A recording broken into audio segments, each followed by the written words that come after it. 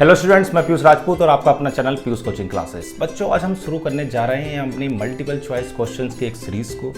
उससे आपको 3 बेनिफिट होंगे। एक तो आपके 11th में जो पैटर्न चेंज हुआ है उसमें आपके मल्टीपल चॉइस क्वेश्चन पूछे जा रहे हैं, और दूसरा आपका आईआईटी मेंस और नीट। तो यानी कि हम एक तरफ मेहनत करेंगे तो हमें 3 तरफ अपना फायदा मिलेगा। ठीक है बच्चों, तो आज हम अपने फर्स्ट चैप्टर यानी कि यूनिट्स एंड मेजरमेंट और फिजिकल वर्ड को कवर करेंगे। इसमें लगभग हम सभी टॉपिक्स के क्वेश्चंस को कवर करने की कोशिश करेंगे, यानी कि डायमेंशन क्वेश्चंस, डायमेंशन के जो एप्लीकेशन है उस पर बेस्ड क्वेश्चंस और एरर्स के क्वेश्चंस को हम कवर करेंगे। तो बच्चों, आज शुरू करने जा रहे हैं अपना first chapter units and measurement. तो देखते हैं बच्चों फर्स्ट क्वेश्चन क्या कह रहा है।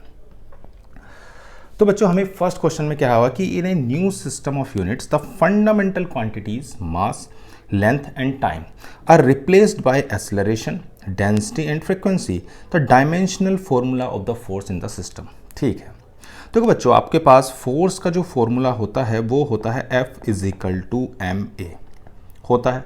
यानी कि हमें सिंपल मास को रिप्लेस करना है, क्योंकि मास को पता ही है कि डेंसिटी इज इक्वल टू क्या होती है, मास अपॉन वॉल्यूम। हाँ या ना? ठीक है, तो आप मास को रो इंटू वी लिख सकते हो। तो आपके पास आ जाएगा F is equal to rho V A, ये आ गया। ठीक है, अब देखो आपको जो रिप्लेस करना है, अब किसी भी तरीके से वॉल्यूम को हटाना है। ठीक है भाई, वॉल्यूम क्या होता है? तो वॉल्यूम आपका होता है साइड क्यूब यानी कि एल क्यूब, यानी कि रो इसे मैं लिख सकता हूँ एल क्यूब इंटू ए। अब देखो आपको लेंथ तो चाहिए नहीं, एक्सेलरेशन की फॉर्म में इसको कन्वर्ट करना है। तो क्या कर रहे हैं हम, अगर मैं इसको एक्सेलरेशन बनाऊंगा तो क्या करूँगा, टी मैंने क्या करा, टी स्क्वायर से मल्टीप्लाई कर दी, और देखो पावर 3 है तो टी की पावर 6 हो गया। कोई दिक्कत तो नहीं है, मतलब टी स्क्वायर से मल्टीप्लाई और डिवाइड करी, पावर 3 तो 6 हो गई। करा क्यों ऐसे? क्योंकि आपको पता है एल टी माइनस 2 किसकी डायमेंशंस होती है, तो वो डायमेंशन होती है एक्सेलरेशन की, या नहीं? यानी कि ये जो आपका पूरा एक्सप्रेशन है, ये एल टी माइनस 2 वाला एक्सप्रेशन आपका क्या बन जाएगा, एक्सेलरेशन। तो ये हो जाएगा ए की क्यूब, टी की 6 और ए। और आपको पता है फ्रीक्वेंसी की जो डायमेंशन होती है वो टी माइनस 1 होती है। तो मैं इसको ऐसे लिख सकता हूँ क्या, रो ए की 4 और एफ की वैल्यू हो गई -6। कोई दिक्कत तो नहीं। अब देखो ये चीज़ें कहाँ हैं, तो अगर आप देखोगे बी ऑप्शन को तो रो ए की पावर 4 एफ -6, क्योंकि भाई आपकी जो डायमेंशन होती है फ्रीक्वेंसी की वो टी -1 होती है। तो मैंने इसको क्या लिख दिया यहाँ से, f की पावर -6। कोई दिक्कत तो नहीं है। तो अब ऑप्शन देखो, आपके पास ऑप्शन होता है बी। यानी कि हमने करा क्या कि हमारे पास फोर्स इज इक्वल टू था मास इंटू एक्सेलरेशन, मास को लिखा डेंसिटी इंटू वॉल्यूम, वॉल्यूम है एल क्यूब। हमने क्या करा, उसको एक्सेलरेशन बनाने के लिए टी स्क्वायर से मल्टीप्लाई और डिवाइड कर दिया, सिंपल। ठीक है बच्चों, कोई दिक्कत तो नहीं। चलो देखते हैं नेक्स्ट क्वेश्चन। कह रहा when 2 quantities are divided the relative error in the result is given by. देखो बच्चों, आपके पास अगर 2 क्वांटिटी डिवाइड में हैं तो आपको पता है इसमें आपका आता है delta z upon z, delta a upon a plus delta b upon b। ये आपके पास एक्सप्रेशन आता है, हाँ या ना? यानी कि जो मल्टीप्लिकेशन में होता है वही आपका डिवीजन में होता है। अब देखो आपके पास कह रहा था product of relative error in the individual quantity, product नहीं है। The question of the relative error in the individual quantity, ये भी नहीं है। The difference of the relative error in the individual quantity, ये भी नहीं है। And the sum of the relative error in the individual quantity, ये सही है, सम। क्लियर है इतनी बात? चलो आगे बढ़ते हैं। क्या कहता है, कह रहा the moment of electron in orbit is h by lambda where h is a constant and lambda is a wavelength associated with it. The nuclear magneton of the electron of charge E and mass is given by। ठीक है, okay. आपको इसके dimensions को निकालना है। तो इसमें जो h है वो आपकी क्या होता है, प्लांक कांस्टेंट। अगर आपको उसके डायमेंशन याद है तो आप सीधे रख दीजिए, नहीं तो घबराने की कोई बात नहीं है। आप फॉर्मूले को याद रखें। देखो आपने पढ़ा था E is equal to H nu, पढ़ा था। E4 आपकी होती है एनर्जी, यानी कि ml² T-2, और H की आपको बच्चों निकालनी और फ्रिक्वेंसी की होती है T-1। तो प्लांक कांस्टेंट की बच्चों कितनी हो जाएगी, तो ये हो जाएगा आपका ml² T-1। ठीक है, तो H is equal to ml² T-1, ये आपका हो गया।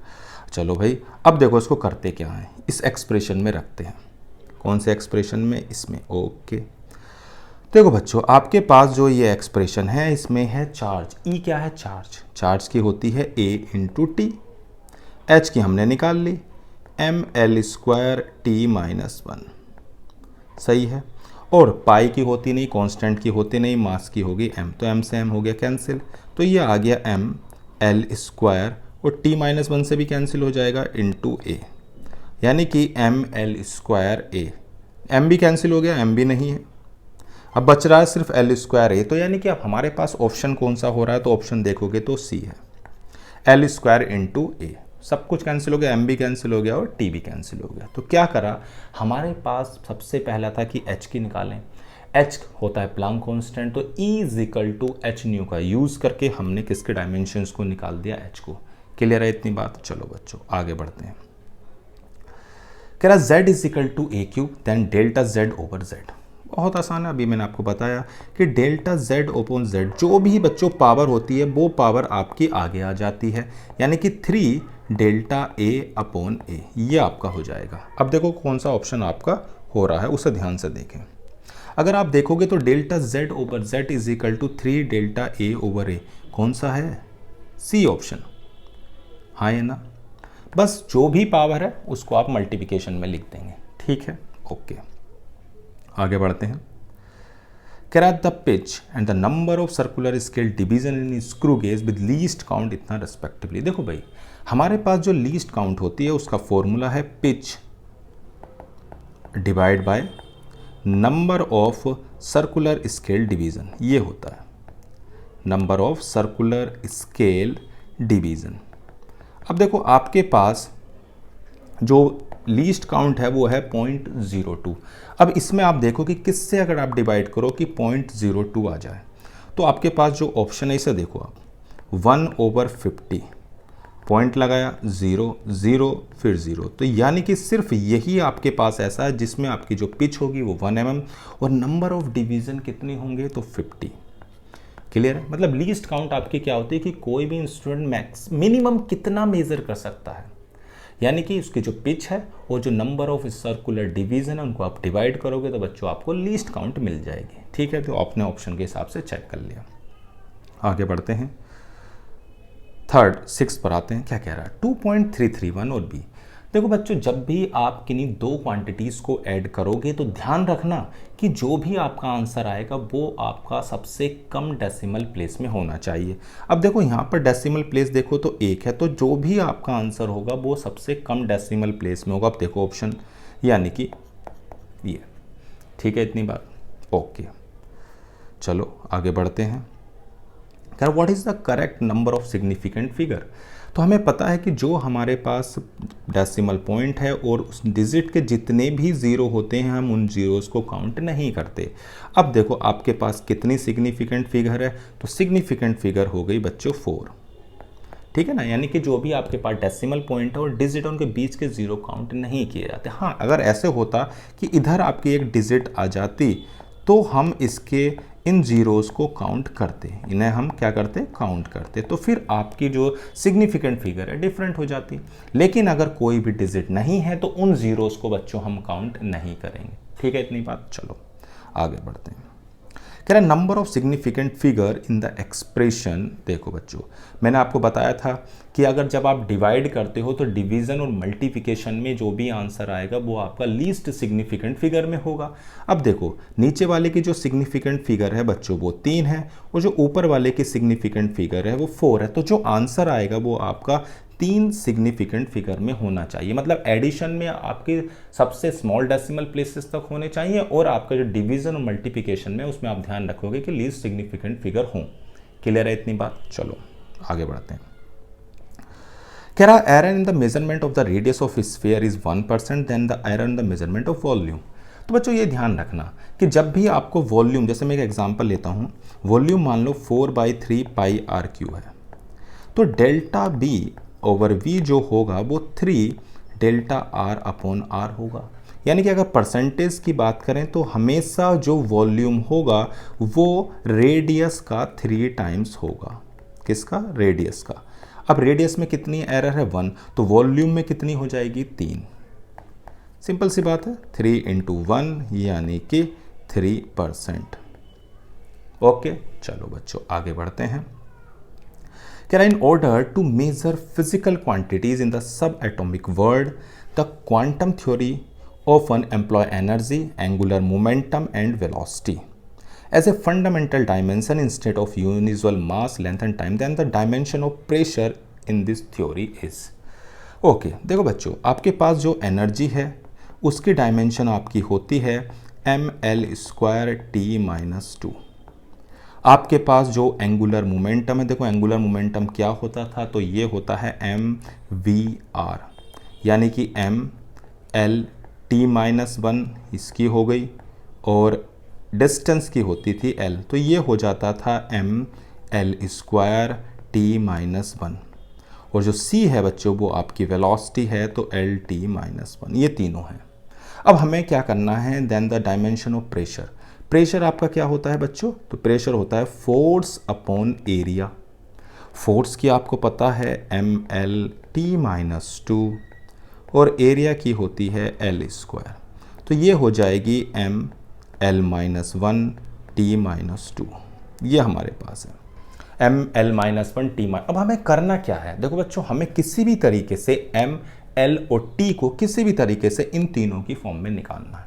सही है, अब जरा इन तीनों को ध्यान से देखो, E, J और C। अब देखो ये आपके पास है, अब अगर मैं इसका, देखो ध्यान से देखना, इसका स्क्वायर कर दूं तो और इन दोनों को डिवाइड कर दूं, मतलब E/c² करूं, देखो क्या बचता है, तो ml²t-2, ये तो ये हो गया और नीचे हो जाएगा l²t-2। तो ये कह सकते हैं कि E/c² जो होगा वो m होगा।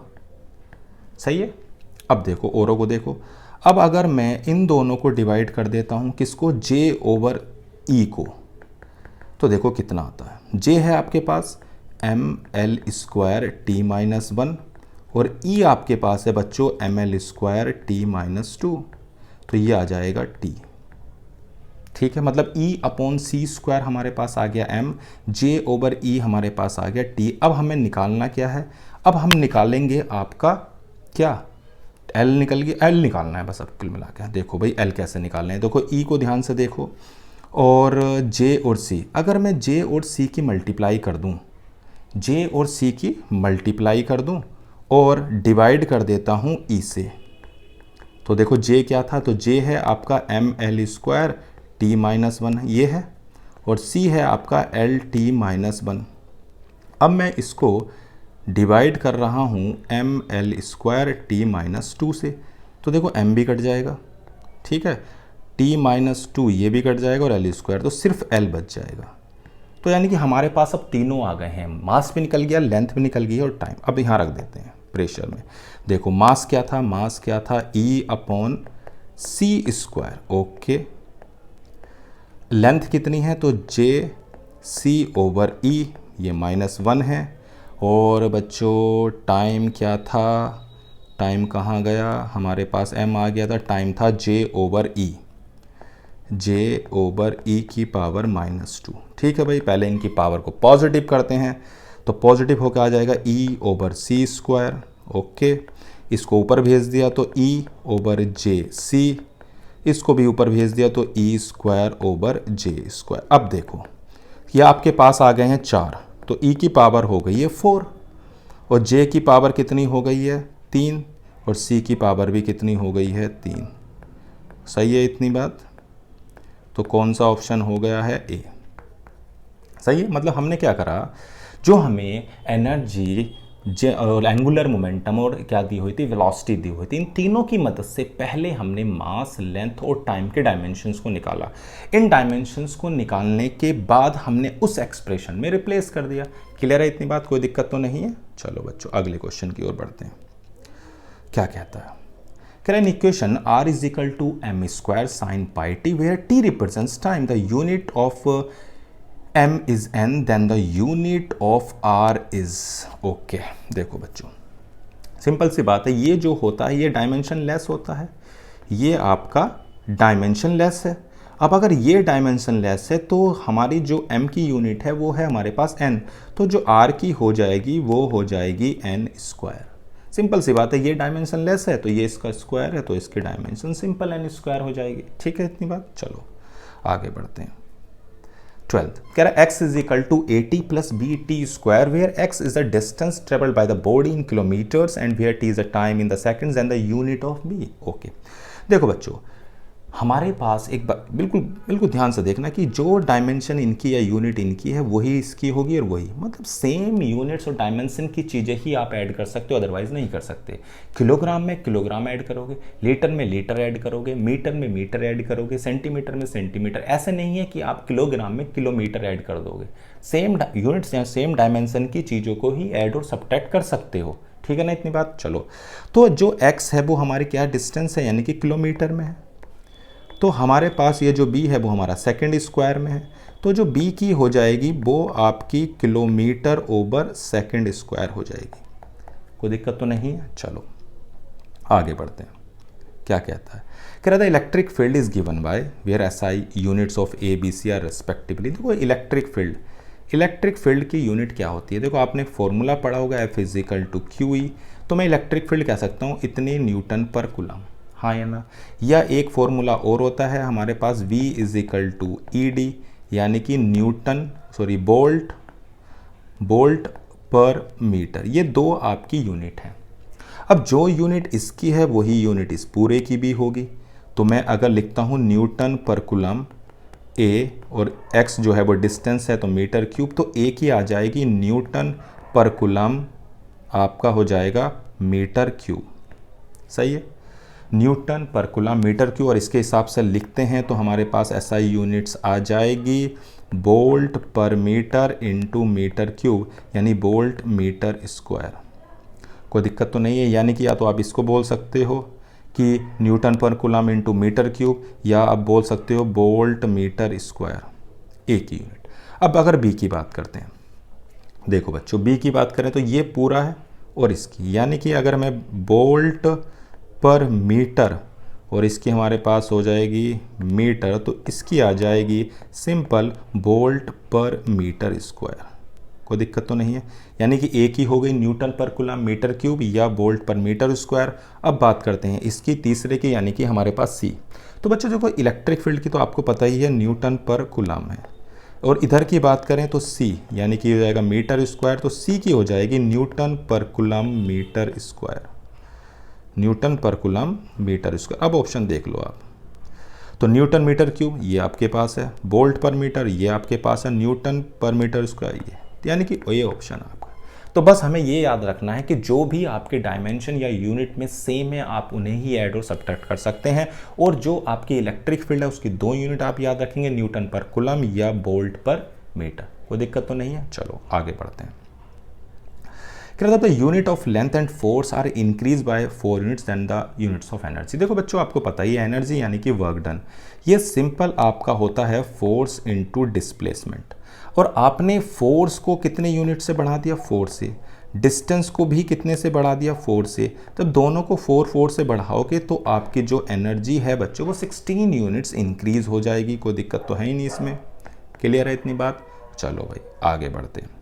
कह रहा था density of the material in CGS system of units is 4 ग्राम पर centimetre cube in A system of units in which unit of length is 10 centimetre, unit of mass is 100 gram, the value of density material. बहुत आसान है। सबसे पहले आप क्या करोगे, जो भी आपके पास फिजिकल क्वांटिटी गिवन है जिसको कन्वर्ट करना है, सबसे पहले उसके डायमेंशन को लिखो। तो डेंसिटी आपकी होती है डेंसिटी मास अपॉन वॉल्यूम, मतलब ML-3, ठीक है। तो M1 L1-3, N2 M2 L2-3। आपको N2 निकालना है। N1 आपके पास है 4, M1 अपॉन M2 और L1 अपॉन L2। सही है बच्चों, यहाँ तक कोई दिक्कत तो नहीं है। मतलब हमने सबसे पहले उस फिजिकल क्वांटिटी के डायमेंशन को लिखा और उसके बाद जिसमें कन्वर्ट करना है वो तो 2 है, जिसमें दिया हुआ है वो 1 है। अब देखो आपको जो मास गिवन है वो किस में है, ग्राम में है, और आपको कन्वर्ट करना है उसको 100 ग्राम में। आपकी जो लेंथ है बच्चों वो है सेंटीमीटर में और कन्वर्ट करना है 10 सेंटीमीटर में। कोई दिक्कत तो नहीं। अब इसको मैं क्या करता हूँ, पावर को पॉजिटिव कर देता हूँ, तो यानी कि ये ऊपर जाके 10 की क्यूब हो जाएगी, मतलब 1000 हो जाएगा। तो ये आ जाएगी आपकी बच्चों 40। कोई दिक्कत तो नहीं। यानी कि हमारा आ गया न्यू सिस्टम में 40 इसकी डेंसिटी हो गई, कोई दिक्कत तो नहीं। चलो आगे बढ़ते हैं। The young modulus of steel 1.9, हमारे पास यंग मॉडुलस जो है 1.9 इंटू 10⁻11 न्यूटन पर मीटर स्क्वायर है। CGS में बदलना है। तो बच्चों देखो, न्यूटन को अगर हम डाइन में बदल देते, याद करो, तो 1 newton is equal to 10⁵ dyne होता है, और 1 metre square is equal to 10⁴ centimetre square होते हैं। तो अगर इसको बदला जाए तो हमारे पास आएगा 1.9 इंटू 10⁻11 इंटू 10⁵ अपॉन 10⁴। तो इस पर एक 10 बचेंगे, तो 1.9 इंटू 10⁻12 ये आपकी आ जाएगी इतने डाइन पर सेंटीमीटर स्क्वायर। तो ऑप्शन देखो आपका होता है सी। कोई दिक्कत तो नहीं है। चलो आगे बढ़ते हैं। आपके पास दिया हुआ 17 में, the speed of light in vacuum C depends on the two fundamental constants, the permeability of the free space and permittivity of free space. Epsilon naught इतना, ठीक है, then the units of epsilon naught are इतना, then the units of mu naught. Okay, देखो बच्चों, आपके पास सी है। सी आपको दिया हुआ है 1/√μ0 epsilon naught. Both side square करते हैं तो C square is equal to 1/μ0 epsilon naught. हमें निकालनी किसकी है? तो म्यू नॉट की निकालनी है। तो 1/c² एप्सिलॉन नॉट। अब देखो सी आपके पास है, स्पीड ऑफ लाइट आपके पास है, उसमें आपको पता ही है उसकी क्या होती है, तो वो मीटर पर सेकंड होती है।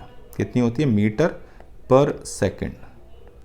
एप्सिलॉन नॉट की दे रखी है न्यूटन -1 कूलम स्क्वायर और मीटर -2, ये हमें दी हुई है। ठीक है इतनी बात। चलो अब देखो, इसमें से कुछ कैंसिल होता हुआ दिखाई दे रहा है। तो देखो मीटर -2 और ये दोनों कैंसिल हो जाएंगे, न्यूटन ऊपर चला जाएगा, सेकंड ऊपर चली जाएगी, और साथ में आ जाएगा कूलम की पावर -2। अब देखो न्यूटन क्या होता है, तो न्यूटन आपका किलोग्राम पर, ये स्क्वायर किलोग्राम इनटू मीटर पर सेकंड स्क्वायर होता है, कौन? न्यूटन, इनटू सेकंड स्क्वायर और c-2। तो आपका आंसर होगा किलोग्राम मीटर और कूलम -2। कोई दिक्कत तो नहीं है इसमें। अब देखो बच्चों, ऑप्शन कौन सा हो रहा है, तो 17 का भी बहुत आसान था। बस इसमें आपको ये याद रखना है, जो फोर्स होता है वो मास इनटू एक्सेलरेशन है, और इसकी किलोग्राम मीटर पर सेकंड स्क्वायर होती है। ठीक है इतनी बात। चलो आगे बढ़ते हैं। कह रहा, which of the following quantity has not been expressed in proper unit.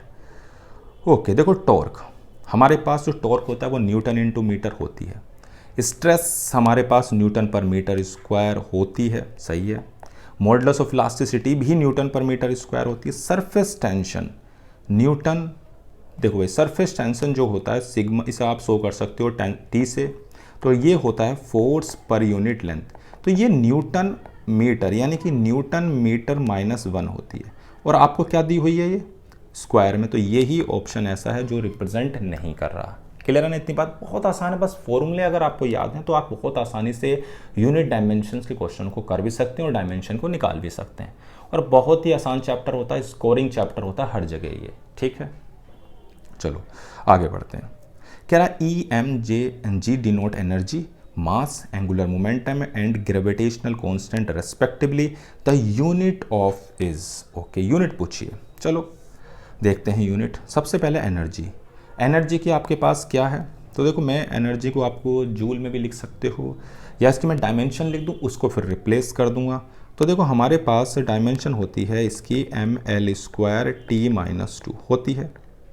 जे जो है वो एंगुलर मोमेंटम है। एंगुलर मोमेंटम आपको पता ही है mvr होता है, यानी कि ml T-1 इंटू L। तो ये आपका ml² T-1 होता है।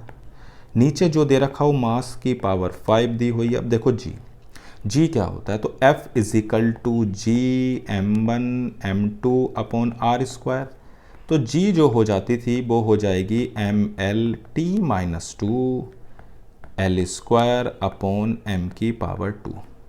तो इससे आता था ये m⁻⁻1 L³ T-2। इस पूरे का जो बच्चों है वो स्क्वायर है। तो ऊपर कितने हैं? m, और क्या है? m² है, L 2 हैं तो 4 है, T-3 है। अगर हम नीचे देखें तो यहाँ पर m की पावर कितनी है, 5 है, यहाँ m की पावर 5 है। ऊपर आपका इसका भी स्क्वायर था, चलो इसका भी स्क्वायर कर देते हैं।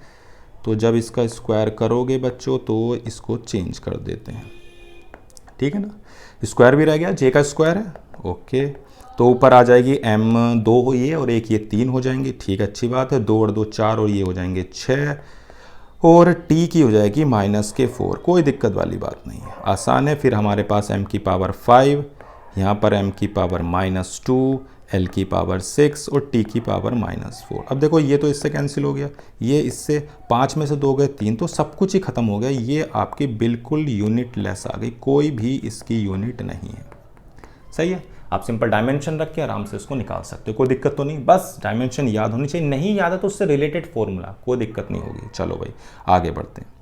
कह रहा है in certain system of units in a unit of time is 5 second, unit of mass इतना, यूनिट ऑफ लेंथ इतना, express the 1 unit of power. Okay, आपको पता है कि पावर होती है रेट ऑफ वर्क डन, हाँ या ना, यानी कि ml² t-2 अपॉन टाइम। अब देखो आपके पास ml² t-3 है, तो पहले हम उसी फॉर्म में लिख लेते हैं। n2 is equal to n1 m1 upon m2 l1 upon l2 और t1 अपॉन t2 की पावर -3। n1 हमारे पास कितना है, 1 यूनिट है, ओके। m1 जो मास दिया हुआ है वो हमारे ना certain system units, 1 unit of time is 5 second, अच्छा। In unit mass is 20 kg और लेंथ यानी कि ऊपर किलोग्राम में है, चेंज करना है 20 किलोग्राम में। लेंथ जो है वो मीटर में है, चेंज करनी है 10 मीटर में। टाइम जो है वो है सेकंड में, कन्वर्ट करना है 5 सेकंड में। चलो अच्छी बात है, कोई दिक्कत नहीं है। 1 × 1/20 1/100, जब इसका क्यूब करेंगे तो 125 हो जाएगा, वो भी उल्टा, सही है। 25 से आप इसे काट सकते हो, 25 से जाएगा कितनी बार 5 और ये 25 से जाएगा 4, फिर 5 से चला जाएगा 4, तो ये आ जाएगा आपका 1/16 वाट। कोई दिक्कत तो नहीं, बहुत आसान है, बहुत ही आसान है। बस आपको करते रहना है क्वेश्चनों को, प्रैक्टिस आपकी हो जाएगी। डरना बिल्कुल नहीं है और लापरवाही बिल्कुल नहीं करनी है। तो कह रहा था moment of inertia of a body rotating about A given axis इतना। मोमेंट ऑफ इनर्शिया का फॉर्मूला लिख देते हैं पहले, I = mr²। कोई दिक्कत तो नहीं। चलो डायमेंशन की बात करते हैं, तो ml²। अब हमारे पास n2 हमें निकालना है, n1 है 6, m1 अपॉन m2 और l1 अपॉन l2 की पावर 2। अब देखो आपको जो मास था वो तो किलोग्राम में था, लेकिन करना आपको किस में है, 10 ग्राम में। आपकी जो लेंथ थी वो तो मीटर में थी, कन्वर्ट करनी है 5 सेंटीमीटर में। कोई दिक्कत तो नहीं है। अब देखो बच्चों, आपके पास 1 किलोग्राम में कितने ग्राम होते हैं, 1000 ग्राम होते हैं, और ये हो गया 10 ग्राम। अब 1 मीटर में आपके 100 सेंटीमीटर हैं अपॉन 5 सेंटीमीटर। कोई दिक्कत तो नहीं है। चलो भाई, अब देखो जो जो चीज़ें कैंसिल हो सकती थी उन्हें करते हैं। 1 0 से 1 0 चला गया। अब देखो हमारे पास बचा हुआ है 6 × 1000 इंटू, अब ये 5 से कितनी बार जाएगा, तो भाई 20 बार जाएगा, 20 का स्क्वायर हो जाएगा 400। तो अगर इसे आप सोल्व करोगे तो 24 के आगे हैं 3 और 2 5, 3 और 2 5 0। ठीक है बच्चों, तो आपका क्या आ जाएगा 2.4 हमारे पास आ गया है। 21 का देखो 0 देख लो एक बार, अच्छा यहाँ 2 0 थे तो ये आपके 4 0, सही है ना भाई, 2 0 ये थे और 2 ये हो गए, पूरे 4 हो गए। आप इसको लिख सकते हो 2.4 × 10 की पावर 5। कोई दिक्कत तो नहीं ना, 2 और 2 4 और 1 5, बहुत आसानी से कर लिया। चलो आगे बढ़ते हैं। क्या dimension formula for relative density. देखो रिलेटिव डेंसिटी है क्या, पहले देख लेते हैं। तो रिलेटिव डेंसिटी बच्चों हमारी होती है डेंसिटी ऑफ द, जो भी आपकी डेंसिटी ऑफ सब्सटेंस है अपॉन डेंसिटी ऑफ वाटर, यानी कि वाटर के रेस्पेक्ट में हमें अपनी डेंसिटी को देखना है, यानी कि डेंसिटी ऑफ वाटर। अब दोनों ही डेंसिटी हैं तो डेंसिटी से कैंसिल हो जाएगी इसकी यूनिट, तो आपके पास जो मिलेगा वो आपकी यूनिट लेस मिलेगी। अब देखो यूनिट लेस कौन है, तो ऑप्शन आपके पास है डी, यही तो है, इसमें कोई डायमेंशन नहीं है। चलो आगे बढ़ते हैं। क्या था dimension of speed and velocity. Simple सी बात है, दोनों की सेम होती है, स्पीड की भी और वेलोसिटी की भी। स्पीड आपके पास है एल टी माइनस वन और वेलोसिटी की भी बच्चों यही होती है एल टी माइनस वन। अब देखो ऑप्शन कौन से दोनों सेम है, सिंपल, कोई दिक्कत वाली बात ही नहीं है। ठीक है, चलो आगे बढ़ते हैं। अब देखो इसमें मैंने आपको बताया भी था कि आपकी अगर डायमेंशंस और यूनिट सेम है तो ही आप ऐड कर सकते हो, वरना ऐड ही नहीं कर सकते। तो देखो ऐड करने के बाद जो रिजल्ट मिलेगा वो भी तो मिलेगा। अगर मान लो आप किलोग्राम में किलोग्राम ऐड करते हो तो किलोग्राम ही तो आता है, किलोमीटर तो आएगा नहीं। तो यहाँ पर भी आपकी जो डायमेंशन होगी वो M L T minus one ही होगी, कोई दिक्कत तो नहीं है। चलो आगे बढ़ते हैं। The physical quantity that has no dimension is, देखो भाई सबसे पहले देखते हैं स्ट्रेन। स्ट्रेन क्या होती है? तो स्ट्रेन बच्चों आपकी change in length upon original length है। Change in length upon original length, दोनों ही लेंथ आ गई हैं। अब दोनों ही जब बच्चों लेंथ हैं तो आप कह सकते हो change in length upon original length, यानी कि दोनों चीज़ें सेम है, यानी कि दोनों में डायमेंशन आपकी एक जैसी होगी, और जो डायमेंशन एक जैसी होगी तो ये डायमेंशन लेस होगा, कोई दिक्कत तो नहीं। चलो आगे बढ़ते हैं। कह रहा dimension of the specific heat. अब स्पेसिफिक हीट का देखो मैं फॉर्मूला आपको बताता हूँ, Q is equal to M S delta theta. Q जो है वो बेटा आपकी हीट होती है, यानी M L square T minus two, और ये जो है वो आपका m है। ठीक है, स्पेसिफिक हीट की निकालनी है और टेम्परेचर को नाम देते हैं कि, तो m से m कैंसिल हो जाएगा, तो s की आ जाएगी L square T minus to के माइनस वन। अब देखो L square T minus to के माइनस वन आपको नज़र आ रहा है, तो हाँ जी डी ऑप्शन हमें नज़र आ रहा है, कोई दिक्कत भी नहीं है इसमें। The dimension of the coefficient of the self inductance, बहुत सारे फॉर्मूले हैं सेल्फ इंडक्टेंस के, जो याद आए उसी से आप डायमेंशन को निकाल दें। मैं एक आसान सा फॉर्मूला लिख दे रहा हूँ, हाफ एल आई स्क्वायर। अब देखो U है आपकी एनर्जी, यानी कि M L square T minus two, L की निकालनी है। करंट, करंट का आपने पढ़ा होगा I is equal to Q upon T, ठीक है ना, यानी कि I की मैं A में ही लिख देता हूँ, कोई दिक्कत नहीं होनी चाहिए। तो L आ जाएगी इंडक्टेंस का M L square T minus two ए माइनस टू। अब देखो कौन सा ऑप्शन मिल रहा है, M L square T minus two ए माइनस टू, 27 का ए ऑप्शन, कोई दिक्कत नहीं। The division of energy, energy को डिवीज़न कर रहे हैं टाइम से, तो सिंपल सी बात है ये बन जाती है power, rate of work done, याद करो, कोई दिक्कत तो नहीं है, रेट ऑफ वर्क डन। ठीक है, okay. Which of the following is a dimensionless constant. देखो भाई आप रिफ्रैक्टिव इंडेक्स, डेंसिटी या डाइलेक्ट्रिक कांस्टेंट की बात करते हैं तो ये डायमेंशनलेस होते हैं। सिर्फ ग्रेविटेशनल कांस्टेंट ही ऐसा है जिसमें आप डायमेंशंस निकाल सकते हो, कोई दिक्कत तो नहीं है। यानी कि जो G होता है वो आपका F R square upon m1 m2 होता है। चलो भाई आगे बढ़ते हैं। 30 कह रहा which of the following represents the correct dimension of the coefficient of viscosity. तो देखो बच्चों एक फॉर्मूला आप याद रखोगे, 6 पाई ईटा आर वी। तो ईटा की आपको निकालनी है बच्चों, तो 6 पाई आर वी यानी कि M L square T minus two, और ये हो जाएगी L और ये हो जाएगी एल टी माइनस वन। तो देखो एल स्क्वायर तो चले गए, तो ये आ जाएगा एम टी माइनस वन, कुछ और तो बचा ही नहीं है। हमारे पास R था, ये हो गया, वेलोसिटी थी एल टी माइनस वन होगी, अच्छा ये रह गई, ओके ओके, थोड़ा सा करेक्शन कर लेते हैं।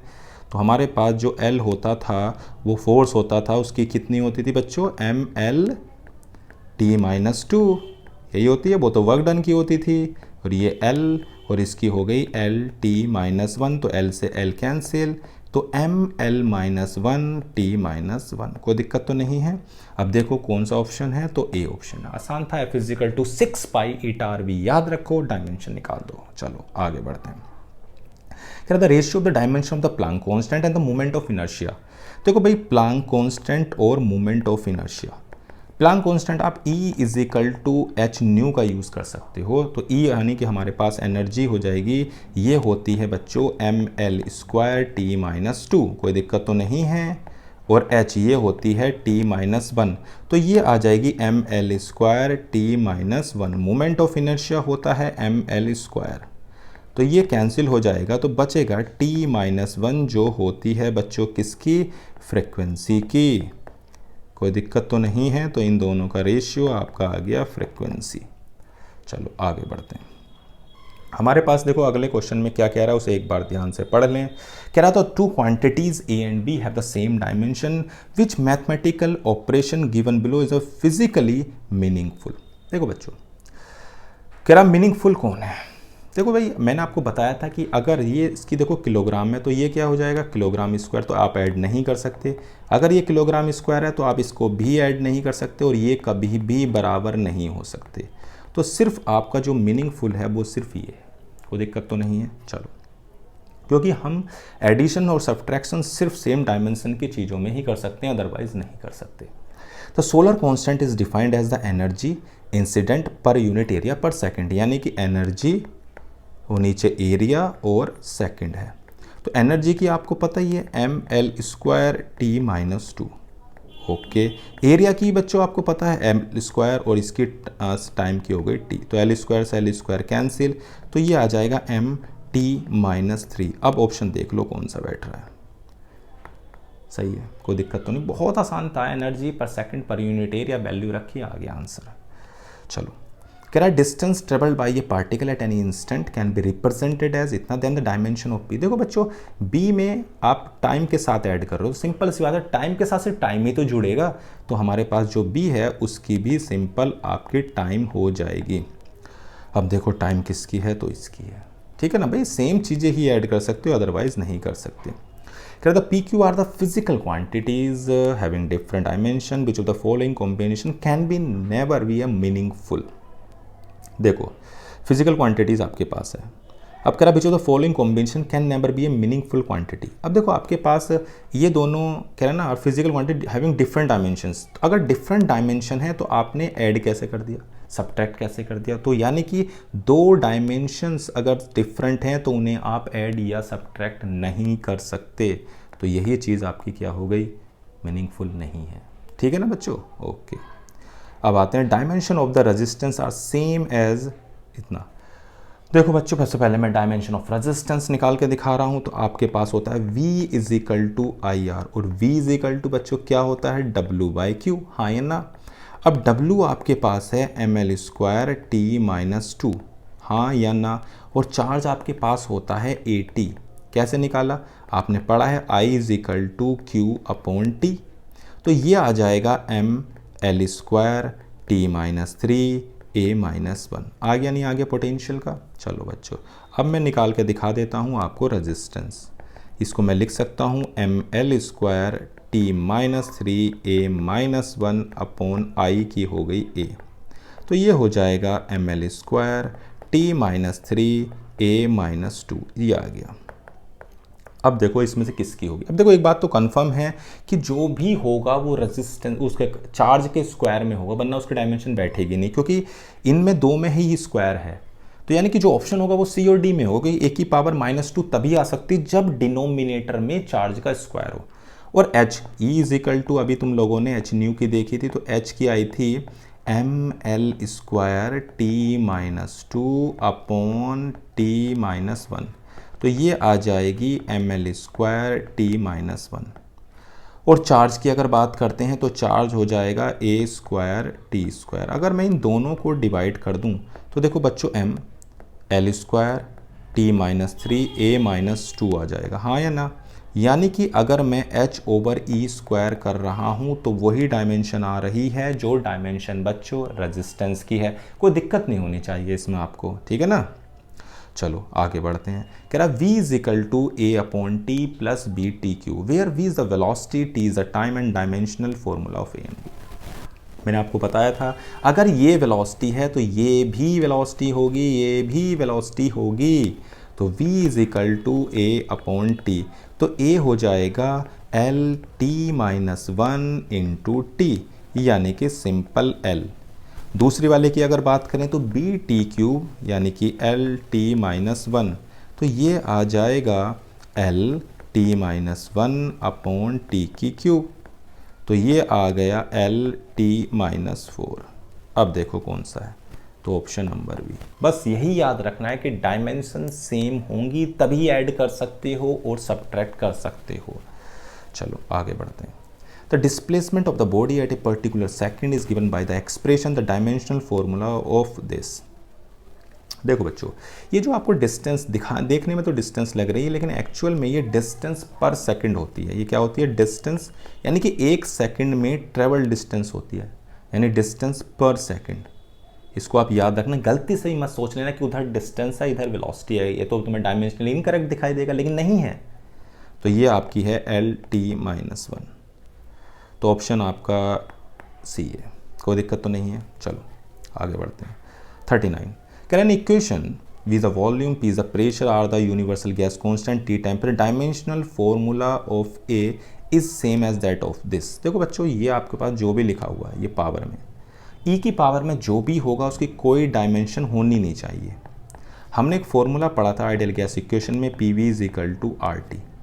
अगर मैं P is equal to RT over V यहाँ रख सकता हूँ क्या? तो ये आ जाएगा A/P, यानी कि अब मैं ये कह सकता हूँ कि डायमेंशनल फॉर्मूला वही होना चाहिए A का जो प्रेशर का होता है, तभी यह आपको एक डायमेंशन लेस चीज़ दे सकेगा, वरना नहीं देगा। ठीक है ना? तो यानी कि इसकी डायमेंशन वही होनी चाहिए जो बच्चों P की है। ओके, आगे बढ़ते हैं। कह रहा Q denotes the charge on the plate of a capacitor of capacitance C the dimensional formula. देखो आपने एक एनर्जी का फॉर्मूला पढ़ा होगा, हाफ Q²/C।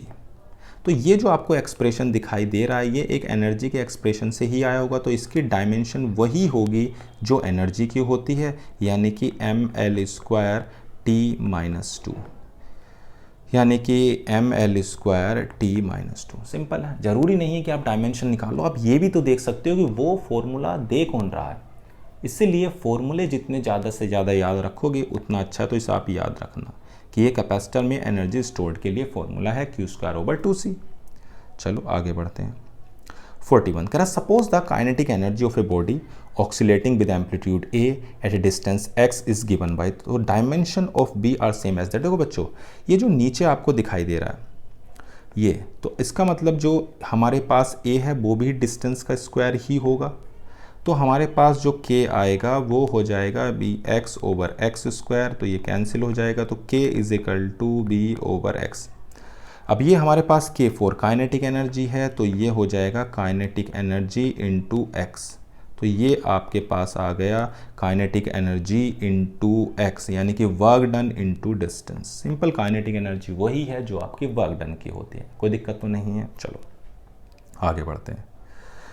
तो dimension of the physical quantity are given, the physical quantity will be okay. अब देखो velocity की अगर बात करें तो वेलोसिटी की हमारे पास क्या होती है बच्चों? LT-1। तो यहाँ से देखोगे तो A 0 है, B की वैल्यू 1 है और C की वैल्यू -1 है। क्या ये नज़र आ रही है? नहीं। एक्सेलरेशन की बच्चों होती है LT-2, तो A 0 है और B की वैल्यू 1 है और C की वैल्यू -2 है, तो ये भी नहीं है। चलो भाई फोर्स क्या आते हैं? फोर्स होता है mLT-2, तो A की 1 है, B की भी 1 है और C की -2, ये भी नहीं हो रहा। प्रेशर होता था फोर्स अपॉन एरिया, हाँ या ना? mLT-2 अपॉन L², तो ये आ जाएगा mL-1T-2, यानी कि A की 1, B की -1 और C की -2, तो ऑप्शन हो गया डी। बस सिंपल मैच करना था और कुछ नहीं है। चलो, कह रहा which of the following represents a correct dimension of the gravitational constant. Okay, देखो भैया अभी मैंने आपको बताया था F is equal to G(m1m2)/r², ये होता था। तो G हो जाएगा F की होती है mLT-2 इंटू L²/m², तो ये आ जाएगा बच्चों m-1L3T-2। अब बताओ कौन सा ऑप्शन मिल रहा है? कितना तो आसान है, मज़ा आ रहा है। चलो आगे बढ़ते हैं। कह रहा write the dimension of A and B in the relation where E is the energy, X is the displacement and T is the time. Okay, तो बच्चों देखो इसकी डायमेंशन तो वही होगी जो इसकी होगी, ठीक है ना? X जो डिस्प्लेसमेंट है तो B भी डिस्प्लेसमेंट होगा, यानी कि L² होगा, ये तो क्लियर है। अब इस पूरे की डायमेंशन देखो बच्चों वही होगी। हमसे पूछी क्या थी? हमसे पूछा है is the energy, X is the displacement, is right the dimensions of A into B। अब मैं A निकालता हूँ। चलो, ये हुआ है हमारे पास एनर्जी mL² T-2 ऊपर वाले की हो गई एल स्क्वायर, नीचे वाले की निकालनी है और ये हो गई टी। तो एल स्क्वायर से तो एल स्क्वायर कैंसिल, तो ए की क्या आ जाएगी, अगर मैं इसको नीचे भेजता हूँ तो एम टी माइनस वन, तो ये हो जाएगी एम माइनस वन और टी। सही है, मल्टीप्लाई करते हैं, तो मल्टीप्लाई करोगे तो m minus one L two T two, कोई दिक्कत तो नहीं है, आपका ऑप्शन हो गया बी। बहुत आसान है। The dimension of the quantity E into V where E is represents the electric field, B is the magnetic field. चलो भाई देखते हैं। तो बच्चों इलेक्ट्रिक फील्ड की मैं आपको पहले दोनों की डायमेंशन निकाल कर दिखाता हूँ। F इजिकल टू होता है QE, तो हमारे पास F की कितनी होती है, तो M L T minus two, और चार्ज की होती है आपको पता ही है AT, तो ये आ जाएगा M L T minus three A minus one, ये आ गई। अब देखो एक फॉर्मूला और होता है physical to Q B B. Okay, तो मैग्नेटिक फील्ड की निकालनी है, तो M L T minus two, नीचे हो गई है ए टी, और वेलोसिटी की होती है एल टी माइनस वन, तो ये आ जाएगा आपका एम टी माइनस टू ए माइनस वन। दोनों की मल्टीप्लाई करनी है, E इंटू बी की मल्टीप्लाई, तो M L T minus three A minus one, और दूसरे की है एम टी माइनस टू ए माइनस वन। तो देखो ये आ रहा है एम स्क्वायर, और हमारे पास है एम स्क्वायर हो गया, एक एल हो गया, टी माइनस पाँच हो गए, और ए हो गया माइनस टू। कोई दिक्कत तो नहीं है, दोनों की मैंने आपको निकाल दिया। अगर याद है तो बहुत अच्छी बात है, बहुत बढ़िया है, लेकिन अगर याद नहीं है तो कुछ ही देर आपको लगेगी, आप डायमेंशंस को निकाल सकते हो। चलो आगे बढ़ते हैं, क्या कहता है। कह रहा write the dimension of A by B in the relations where F is a force, X is a distance, T is the time. ए देखो भाई, ये अगर आपका फोर्स होगा तो ये भी फोर्स है और ये भी पूरा फोर्स है, सब कुछ फोर्स होंगे, क्योंकि सेम चीज़ की डायमेंशन वाली चीज़ें ऐड कर पाओगे सब्ट्रैक्ट। फोर्स की बच्चों हो गई M L T minus two, a की हमें निकालनी है और इसकी हो गई एल की पावर हाफ, तो ए की आ जाएगी एम, वन में से हाफ जाएंगे तो हाफ बचेगा, टी हो जाएगा माइनस टू। अब बी की बात कर लेते हैं, तो ये भी हो जाएगा M L T minus two into T square, तो इसकी भी आ जाएगी M L T minus four. दोनों को डिवाइड करना है, ऐसा आपका क्वेश्चन कह रहा है, तो एम एल की पावर हाफ टी की power minus two upon M L T minus four, तो एम से एम कैंसिल हो गया, तो एल माइनस हाफ आ गया और टी टू आ गया। देखो कोई मैच हो रहा है, तो हाँ जी बिल्कुल हो रहा है, बी ऑप्शन। क्लियर है इतनी बात, चलो आगे बढ़ते हैं। कह रहा है physical quantity x depends on the quantities y and z respectively follows, आपको है x is equal to A Y plus B is equal to 10cz, where A B C are the constant which of the following do not have the same dimension. चलो देखो, अब ये जो अंदर दिया होता है, देखो हमसे बोला है physical quantity x depends on the quantity y, इतना x is equal to where a b and c आपके पास जो है बच्चों वो दिया हुआ है constant which of the following do not have. देखो भाई ये जो है, जो b है उसकी डायमेंशन वही होगी जो x की है, क्योंकि ये तो कांस्टेंट मिलेगा, तो b की डायमेंशन और x की डायमेंशन सेम है, b और x सेम है, और ये दोनों अगर C की जो होगी Z उसका ठीक उल्टा होगा, तभी ये आपको डायमेंशन लेस देगा। क्या देगा? Dimension less. अब जो इस पूरे की होगी इस पूरे की होगी, तो हम ये कह सकता हूँ A की डायमेंशन वो होगी जो x अपॉन y की होगी। सिंपल सी बात है, जो 10 के अंदर है वो डायमेंशन लेस होगा, वो तभी हो सकता है जब C और Z एक दूसरे के उल्टे हों, और B की डायमेंशन वही होगी जो x की, और इस पूरे की डायमेंशन वही होगी जो इसका। अब कह रहा है विच of the following do not have the same dimension, तो A की डायमेंशन और आपका जो हाँ तो x और A देखो ये दोनों डिफरेंट है, इन दोनों की डिफरेंट डायमेंशंस होगी। ठीक है इतनी बात। चलो तो हम ये कह सकते हैं कि जो हमारे पास x और A हैं उनकी सेम डायमेंशन नहीं होंगी। आगे बढ़ते हैं। ये हमें कह रहा था quantity x is given by epsilon nought L delta V over delta T, okay, where epsilon nought is the permittivity of the free space, L is the length, delta B is the potential difference and delta T is the time. Okay, the dimensions formula for the x is the same as that with now. देखो बच्चों, ये जो आपको दिया हुआ है ये epsilon note L, इसको याद रखो, थोड़ी स्पीड बढ़ जाएगी आपकी, नहीं तो आप डायमेंशन निकाल के देख लेना। ये अपसाइलन नोट की जो डायमेंशन आती है वो वही आती है जो कैपेसिटेंस की होती है, ठीक है ना। तो मैं इसकी जगह सी लिख सकता हूँ और delta V over delta T. और आपने एक फॉर्मूला पढ़ा होगा Q is equal to C V, तो आप इसकी जगह Q भी लिख सकते हैं। तो delta Q upon delta T, और आपको पता ही है कि ये क्या होती है, करंट। तो यानी कि अपसाइलन नोट इंटू एल क्या हो गया, सी, ठीक है इतनी बात। और सी इंटू वी कितना हो गया, चार्ज, और चार्ज अपॉन टाइम क्या हो गया, करंट। कोई दिक्कत तो नहीं है, बहुत ही आसान था।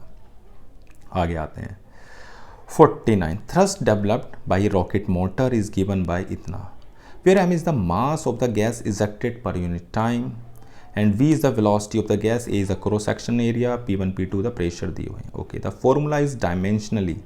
अब देखो आपके पास कह रहा है कि डायमेंशनली सही है या नहीं। देखो बच्चों, ये तो सही है कि आपके पास जो फोर्स अपॉन एरिया होता है वो प्रेशर होता है, हाँ या ना, प्रेशर होता है। तो ये डायमेंशंस पूरी आपकी फोर्स की है। अब देखो, ये जो आपको मास दिया हुआ है, मास पर यूनिट टाइम दिया हुआ है, यानी कि मास per unit time into velocity. तो मैं इसके डायमेंशन निकालूँ तो M L T minus one upon T, तो ये भी आपको M L T minus two, यानी कि हर टर्म की डायमेंशन वही है जो आपकी फोर्स की है। तो हम ये कह सकते हैं कि डायमेंशनली बिल्कुल सही है, तीनों टर्म के डायमेंशन वही है जो फोर्स की है। चलो आगे बढ़ते हैं, क्या कहता है, कह रहा है A B C and D are the 4 different physical quantities having different dimensions, none of them is dimensionless. Okay, but we know that the equations holds true, then which of the following combination is not a meaningful quantity.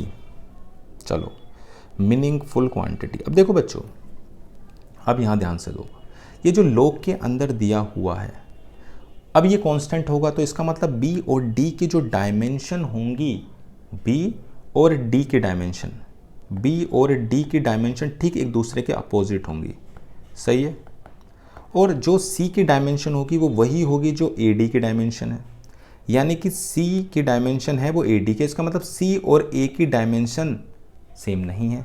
और जबकि इन्होंने क्या करा है, सी में से ए की को माइनस कर दिया है, यानी कि जो सी और ए हैं वो दोनों के दोनों डिफरेंट डायमेंशन के हैं।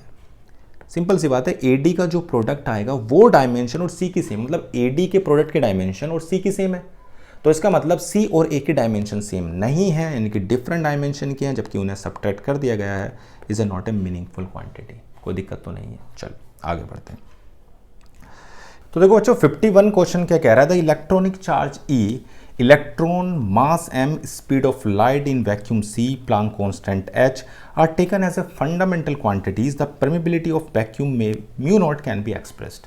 तो बच्चों देखो, अगर आपको एक्सप्रेस करना है तो आप क्या करोगे, तो देखो भाई, आपके पास है म्यू नॉट। ओके, ये डिपेंड किस किस पे कर रहा है, तो इलेक्ट्रॉनिक चार्ज पर। डिपेंड किस पे कर रहा है, मास पर, स्पीड पर और प्लांक कांस्टेंट पर। सभी की डायमेंशंस लिखते हैं। सबसे पहले म्यू नॉट। तो देखो, जो डायमेंशन है म्यू नॉट की वो आपके पास होती है M L T minus two ए माइनस टू, ये डायमेंशन लिख दी। चार्ज की आपको पता ही है 80, मास की भी आपको पता है m, लाइट की स्पीड की भी आपको पता है L T minus one, Planck constant अभी था E is equal to H nu, तो h हो जाएगी बच्चों M L square T minus two upon T minus one, यानी कि M L square T minus one. चलो भाई, M L square T minus one, इसकी पावर हो गई टी। पावर कंपेयर करने के लिए पहले सभी को एक साथ लिख लेते हैं। अब देखो m, तो m की पावर b तो यहाँ पर है और d यहाँ पर है। l की पावर देखोगे तो c यहाँ पर है, 2d वहाँ पर है। t की पावर देखोगे तो a भी है, माइनस c भी है और d भी है, और a की वैल्यू सिर्फ हमारे पास a है। अब कंपेयर करते हैं। देखो भाई, तो a की वैल्यू तो आ गई आपके पास -2, ओके। b प्लस d की वैल्यू हो गई 1, c प्लस 2d की वैल्यू भी 1, और minus a minus c minus d की वैल्यू भी plus a minus C minus D की वैल्यू भी -2। अब देखो a की वैल्यू रखते हैं तो -2 minus C minus D is equal to -2 से -2 कैंसिल, यानी कि c प्लस डी आ गया बच्चों 0। अब अगर मैं c प्लस 2d को लिखता हूँ 1, माइनस करता हूँ तो d की वैल्यू आ जाएगी 1, d की वैल्यू 1 आ गई, a की वैल्यू हमारे पास ये आ गई, तो b की वैल्यू देखो d को जब यहाँ 1 रखूँगा तो 0 आ जाएगी।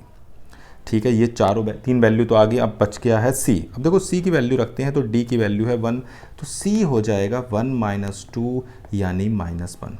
अब देखो म्यू नॉट कांस्टेंट कितना है, तो सबसे पहले आपके पास था e की पावर a, e की पावर हो जाएगी -2। दूसरा आपके पास क्या था बच्चों, तो दूसरा आपके पास था m, और m की पावर हो जाएगी 0। उसके बाद आपके पास था बच्चों c यानी कि c की कितनी आई थी, तो -1, और हमारे पास अगला था h, और h की है d यानी कि 1। तो म्यू नॉट आ गई आपके पास k h/c² सही है। अब इसे चेक कर लेते हैं, हमारे पास कौन सा है HCE², ये रहा। बहुत आसान था, मतलब दोनों तरफ के डायमेंशंस को लिखा और पावर को कंपेयर किया, ABCD हमने निकाल लिया। ठीक है बच्चों, आगे बढ़ते हैं। कह रहा था boy recalls the relation almost correctly but forgets where to put the constant c। He writes, देखो बच्चों जब भी ऐसा क्वेश्चन आए तो आप ध्यान से देखो, ये कौन है मास, ये भी कौन है मास, इसका मतलब ये पूरी डायमेंशनलेस होनी चाहिए, लेकिन ये वेलोसिटी है। तो अगर मैं इस टर्म में v²/c² कर दूं तो ये कैसा हो जाएगा, डायमेंशनलेस। तो जो नीचे वाला टर्म है बच्चों उसमें आप b² - c² कर दो। अब देखो कौन सा ऑप्शन होता है, तो यहाँ पर आप c² कर लेना, तो ये ऑप्शन हो जाएगा आपका d। कोई दिक्कत तो नहीं है, तो m = m0 √1 - v²/c²। ठीक है, इतनी बात। चलो अब देखो आपके पास आता है 53, क्या कहता है, कह रहा when a small sphere move at a low speed through a fluid, ठीक है, the viscous force F opposing the motion is experimentally found to depends upon the radius r, velocity b of the sphere and the viscosity. Expression for the force, देखो भाई expression जो है F वो depend किस पर कर रहा है, वो डिपेंड कर रहा है आपका R पर, डिपेंड कर रहा है वेलोसिटी पर और ईटा पर, इनके कांस्टेंट की पावर कुछ ना कुछ तो लेनी पड़ेगी पावर्स, तो ठीक है ना। तो F = हो गया K, R की पावर A, V की पावर B और ईटा C। सभी के डायमेंशंस को लिख डालते हैं, ml t-2, रेडियस की होती है L, वेलोसिटी की हो जाएगी बच्चों LT-1, और कोफिशिएंट ऑफ विस्कोसिटी होता है ml-1 t-1। सही है, कोई दिक्कत तो नहीं। अब देखो m की पावर और LT दोनों की पावर को कंपेयर करते हैं, तो देखो यहाँ पर m की पावर तो है c, L की पावर a है प्लस b है माइनस c है, और t की पावर है -b माइनस c। अब देखो कंपेयर करें तो सीधी c की वैल्यू तो 1 दिखाई दे रही है, कोई दिक्कत ही नहीं है। L की पावर और देखो तो हमारे पास है a plus b minus c = 1, इसकी देखें तो -b माइनस c = -2। अगर मैं c की वैल्यू को रख दूं तो -b -2 + 1 यानी कि -1। तो c भी 1 आ गया और b भी 1 आ गया, और इन दोनों को रख दिया जाए तो a भी 1 आ गया, तीनों के तीनों 1 आ गए। तो फॉर्मूला बन जाएगा F = जो कांस्टेंट है वो 𝜼RV। अब देखो ऐसा कोई एक्सप्रेशन है जिसमें तीनों की पावर 1 है, तो सिर्फ एक ही ऑप्शन नज़र आ रहा है, वो है हमारा D। कोई दिक्कत तो नहीं है, ओके आगे बढ़ते हैं। कह रहा with the usual notations the following equation S = u + a/2 2t - मैंने आपको बताया था इस एक्सप्रेशन को देखने पे तो ऐसा लगता है गलत है, लेकिन नहीं, क्योंकि ये जो एक्सप्रेशन का टर्म आपको दिखाई दे रहा है बच्चों, ये आपका शो करता है किसको, डिस्टेंस पर यूनिट टाइम को। किसको शो करता है, डिस्टेंस पर यूनिट टाइम, यानी कि ये दिखाता है LT-1। अब देखो ये और ये सारे डायमेंशन सब सेम ही है, तो डायमेंशनली भी करेक्ट है और ये आपका न्यूमेरिकली भी करेक्ट है। ठीक है भाई, तो आपका हो जाएगा C। चलो आगे बढ़ते हैं। The dimensionally wavelength is equivalent to, देखो बच्चों हमें इसकी यूनिट ऐसे निकालनी है कि वो डिस्टेंस में आए, और आपको पता है √LC जो होता है ये जो रूट LC है ये टाइम कांस्टेंट होता है, यानी टाइम आता है, ठीक है। और आपको पता है E इज इक्वल टू आपका जो होता है वो हमारा होता है C इंटू वी, तो यानी कि E अपॉन बी कितना हो गया C। अब जो C है वो आपको पता है स्पीड ऑफ लाइट है, यानी कि LT-1 है। अगर मैं इन दोनों की मल्टीप्लाई कर दूं, देखो E ओवर B की अंडर रूट LC से कर दूं तो क्या आएगा, LT-1 इंटू टाइम, यही तो आएगा, यानी कि लेंथ आ गई, और लेंथ ही हमारी क्या शो करती है, वेव लेंथ को, उसकी डायमेंशन भी यही होती है ये। तो E over B under root LC, अब देखो कौन सा ऑप्शन है ये, ठीक है। इसे याद रखना आप कि अंडर रूट LC जो होती है वो किसकी है, डायमेंशन, नहीं तो फिर आपको L की और C की दोनों की निकालनी पड़ेगी, और फिर उसके बाद आपकी डायमेंशन जो आएगी वो टाइम ही आएगी, ठीक है ना। चलो आगे देखते हैं। The velocity v, force F and energy E are taken as a fundamental unit, the dimensional formula of the mass। Okay, आपको मास को रिलेट करना है वेलोसिटी से, रिलेट करा रहे हो फोर्स से और एनर्जी से, सही है। तो मास की डायमेंशन आपको पता ही है m होती है, वेलोसिटी की बच्चों होती है LT-1 होती है, फोर्स की MLT-2 और एनर्जी की ML²T-2 की पावर C। कोई दिक्कत तो नहीं है। अब देखो कंपेयर तो करने से पहले हम क्या करें, सभी की पावर को एक साथ देख लें। m की पावर है B प्लस C, L देखोगे तो यहाँ पर A है, यहाँ पर B है और यहाँ पर 2C है।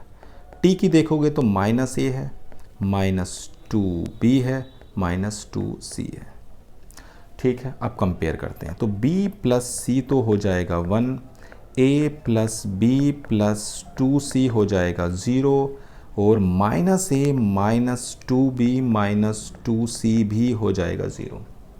कोई दिक्कत तो नहीं है। अब देखो इन दोनों एक्सप्रेशन से अगर ध्यान से देखें तो मैं इन दोनों को अगर किसको हटा दूं, A को ऐड कर देता हूं तो A से A कट जाएगा, 2C से 2C कट जाएगा, और 2B में से V चला जाएगा, तो B की वैल्यू बच्चों आ जाएगी 0। कितनी आ जाएगी, 0। अगर मैं इसको 1 मान लूँ, इसको 2 मान लूँ, इसको 3 मान लूँ, और अगर मैं इक्वेशन नंबर 2 और 3 को ऐड कर दूँ तो मेरे पास B की वैल्यू 0 है, और V 0 है तो C आ जाएगा आपका 1। C कितना आ जाएगा, 1।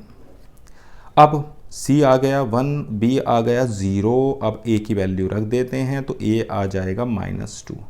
अब देखो कौन सा एक्सप्रेशन नज़र आ रहा है आपको, तो 0 1 -2, यानी कि B की वैल्यू आपके पास हो गई -2, ओके।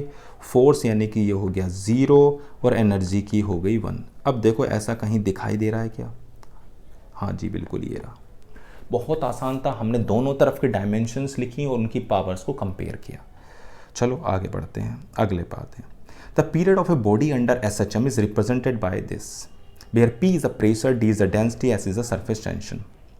यानी कि आपके पास जो है वो T है, वो दिया हुआ है P की पावर A, D की पावर B और S की पावर C। इनको हमें निकालना। सबसे पहला काम है टाइम, टाइम तो T होता है। प्रेशर, प्रेशर होता है फोर्स अपॉन एरिया, यानी कि ML-T-2 अपॉन L²। तो ये आ जाएगी बच्चों ML-1T-2, और उसके बाद है डेंसिटी, डेंसिटी होती है ML-3, और सरफेस टेंशन आपको पता है फोर्स पर यूनिट लेंथ होती है, तो ये आती है MT-2 की पावर C। इतनी बात क्लियर हो गई। पावर कंपेयर करते हैं, उससे पहले मैं लिख लेता हूँ इसको T। M की अगर आप पावर देखोगे तो आपकी A है, और M की B है, और M की C है। L की देखोगे तो -A है और -3B है। T की देखोगे तो -2A है और -2C है। ये आपके पास है। तो A plus B plus C is equal to 0, -A -3B भी 0 है, और -2A -2C is equal to 1 है। तो देखो क्या करते हैं, हमें दो इक्वेशंस, ये कोई दोनों इक्वेशन है, ये है, तो या तो ऐसा करो कि इन दोनों से C को काट दो, फिर A और B बचेगी, या फिर ऐसा करो इन दोनों से B को काट लेते हैं तो मल्टीप्लाई करते हैं, 3A 3B and 3C is equal to 0। मतलब इस इक्वेशन में 3 से मल्टीप्लाई कर दी तो उससे ये कैंसिल हो जाएगा, बचेगा 2A plus 3C is equal to 0। अब इन दोनों को ऐड करा दो, 2a plus 3c is equal to 0, तो ये कैंसिल, तो बच्चों c की वैल्यू आ गई 1। जब c 1 है तो आप बहुत ही आसानी से a भी निकाल सकते हो, नहीं निकाल सकते यहाँ रख दो, तो 2a is equal to -3, a is equal to आ गया -3/2। इसमें रख देते हैं -3/2 प्लस का b प्लस का 1 इज इक्वल टू 0, तो v की वैल्यू आ जाएगी ½ अब ऐसा एक्सप्रेशन किस में दिखाई दे रहा है आपको वो देख लो। अब 57 में -3/2, ओके, c की 1 और ये यानी कि ऑप्शन नंबर ए। बहुत आसान था, कोई दिक्कत वाली बात नहीं है। चलो तो आगे बढ़ते हैं। कह रहा है physical quantity of the dimension of the length that can be formed of the c G और इतना, ओके, इज इतना, G is a universal constant. हमें कह रहा है the dimension of the length that can be formed out, यानी कि जो L है वो आपकी किस पर, C पर, ओके, दूसरा G पर, और तीसरा E² / 4πε0, इसकी पावर को मान लेते हैं Z। सही है। पहले मैं इसकी डायमेंशन निकालता हूँ। G की तो आपको पता ही है, G की डायमेंशन हमारे पास क्या होती है, मैं सीधी लिख देता हूँ। तो देखो L जो है वो है लेंथ, वो हो जाएगी सिंपल L। C आपको पता ही है Lt-1, और जो हमारा G है वो होता है m-1 L³ और T-2, ये हो जाएगी Y। अब देखो ये आपने फॉर्मूला पढ़ा था F is equal to Q1 Q2 upon 4πε0 r² पढ़ा था। तो ये जो है ये F इंटू r² है, यानी कि mL-T-2 इंटू L², हाँ है ना। तो ये हो जाएगी mL³ T-2 की पावर Z। कोई दिक्कत तो नहीं यहाँ तक, यानी कि तीनों की डायमेंशंस को लिख दिया। आप कंपेयर करते हैं। देखो बच्चों L इधर है, उधर देखो L कहाँ कहाँ है। एक तो हो गई X, एक हो गई 3y और एक हो गई 3z, सही है। T की देखें तो T-x है, प्लस का 3y है और माइनस का 2z है, और M की अगर देखोगे तो माइनस का y है और प्लस का z है। कंपेयर करते हैं तो माइनस का y प्लस का z 0 है, x plus 3y plus 3z is equal to में है 1, और माइनस का x प्लस के 3y माइनस का 2z इज इक्वल टू है 0। तीनों इक्वेशन बना दी, कोई दिक्कत नहीं थी, डायमेंशंस लिख दी हैं और इक्वेशन को बना दिया। बहुत बढ़िया। चलो आगे बढ़ते हैं। अब इससे एक बात तो हमारी कंफर्म हो गई कि y और z जो हैं वो सेम है, y और z। अब देखो इन दोनों एक्सप्रेशन से देखो, अगर आप इन्हें ऐड करते हो तो x से x कट जाएगा, तो हमारे पास जो इक्वेशन बनेगी इन दोनों को अगर मैं ऐड करूँ तो x से x कट गया, तो ये आएगा 6y, हमारे पास कितना था, तो देखो बच्चों हमारे पास जो इक्वेशन थी एक बार को मैं कंपेयर कर लेता हूँ फिर से।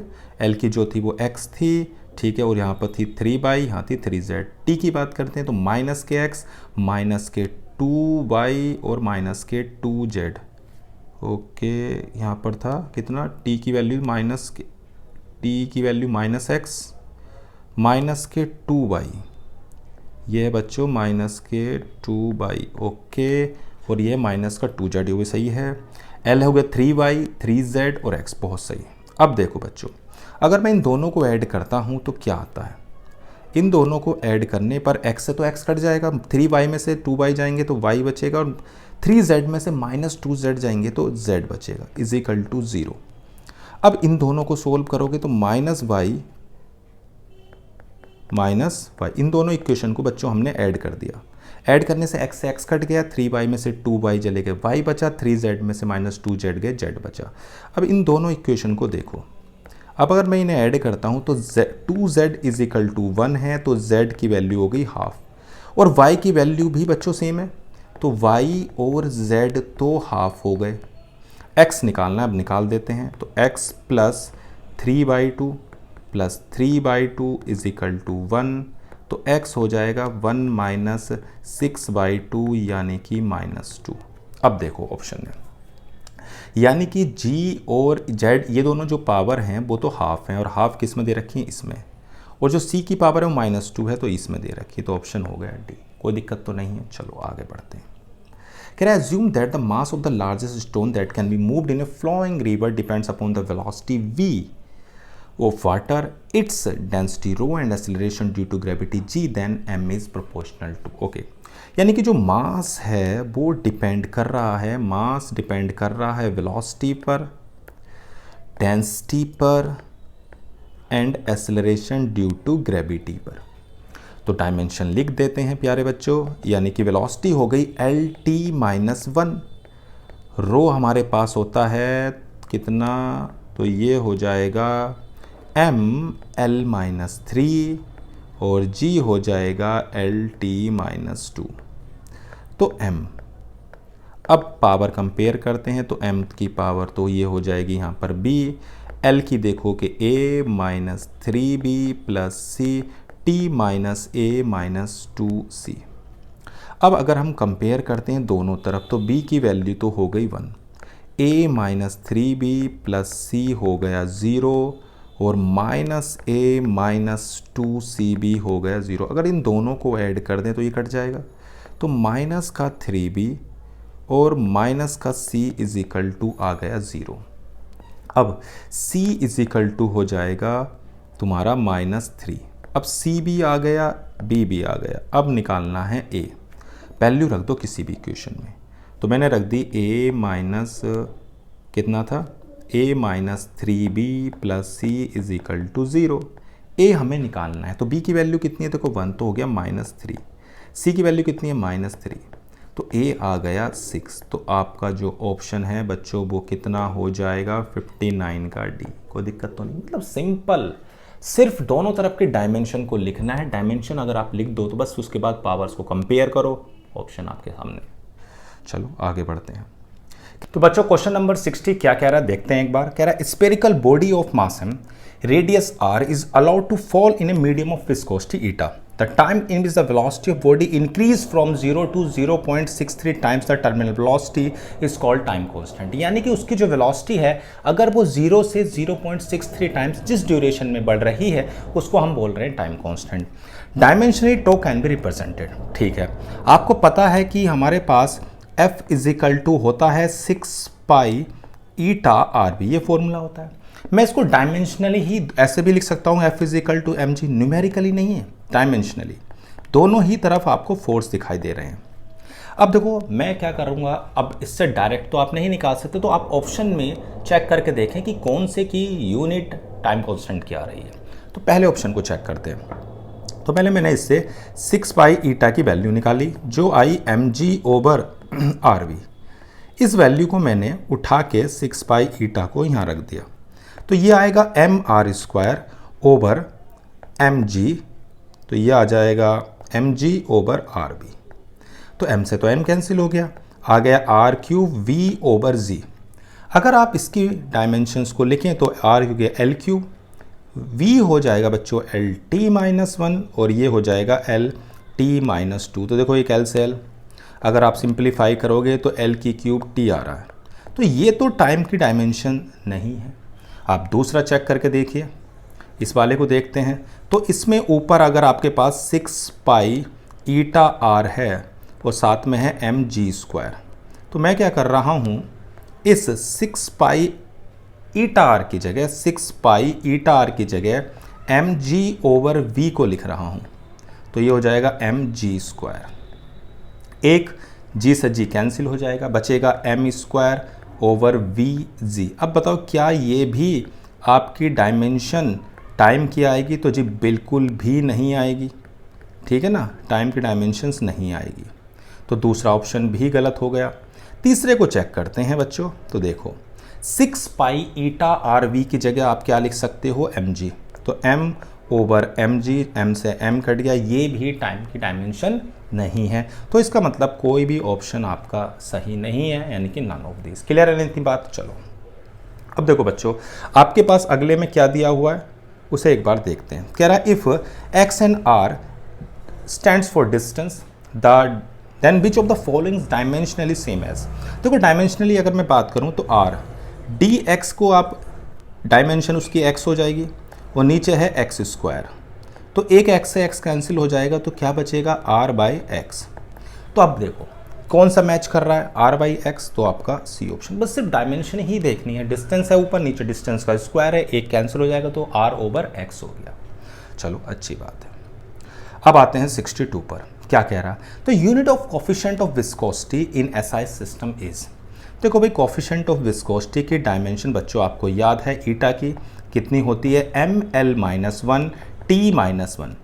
अब मैं इसको ऐसे भी लिख सकता हूँ, किलोग्राम पर मीटर और सेकंड, लिख सकते हो ऐसे, किलोग्राम मीटर पर सेकंड। देखो कौन सा ऑप्शन है, तो 62 का आपको डी ऑप्शन दिखाई दे रहा है। कोई दिक्कत तो नहीं, सिंपल डायमेंशंस लिखनी है, बहुत आसान है। चलो आगे देखते हैं। तो unit of Stefan Boltzmann constant, देखो आपको एक फॉर्मूला याद रखना है, E is equal to sigma A T की 4। जो E है बच्चों, ये आपका एनर्जी पर सेकंड होता है। क्या होता है, एनर्जी पर सेकंड। अब एनर्जी पर सेकंड को आप वॉट भी बोल सकते हो, तो इसे मैं W से दिखा दे रहा हूँ। एरिया को आप मीटर स्क्वायर और टेम्परेचर यानी केल्विन की 4। तो ये आपका क्या हो जाएगा, यूनिट हो जाएगी किसकी, स्टीफन कांस्टेंट की, यानी कि ऑप्शन देखो वॉट मीटर स्क्वायर केल्विन 4, यानी कि ए ऑप्शन। कोई दिक्कत ही नहीं है, आसान है। चलो पढ़ते हैं आगे। Unit of specific resistance, formula हमने पढ़ा था, R is equal to rho L upon A. हमें रो निकालना है, ये है R A upon L. R होता है ओम, एरिया होता है मीटर स्क्वायर अपॉन मीटर, तो मीटर से मीटर कैंसिल, आ गया ओम मीटर। अब देखो कौन सा ऑप्शन है, ओम मीटर का, यानी कि सी। बहुत ही आसान था। चलो आगे बढ़ते हैं।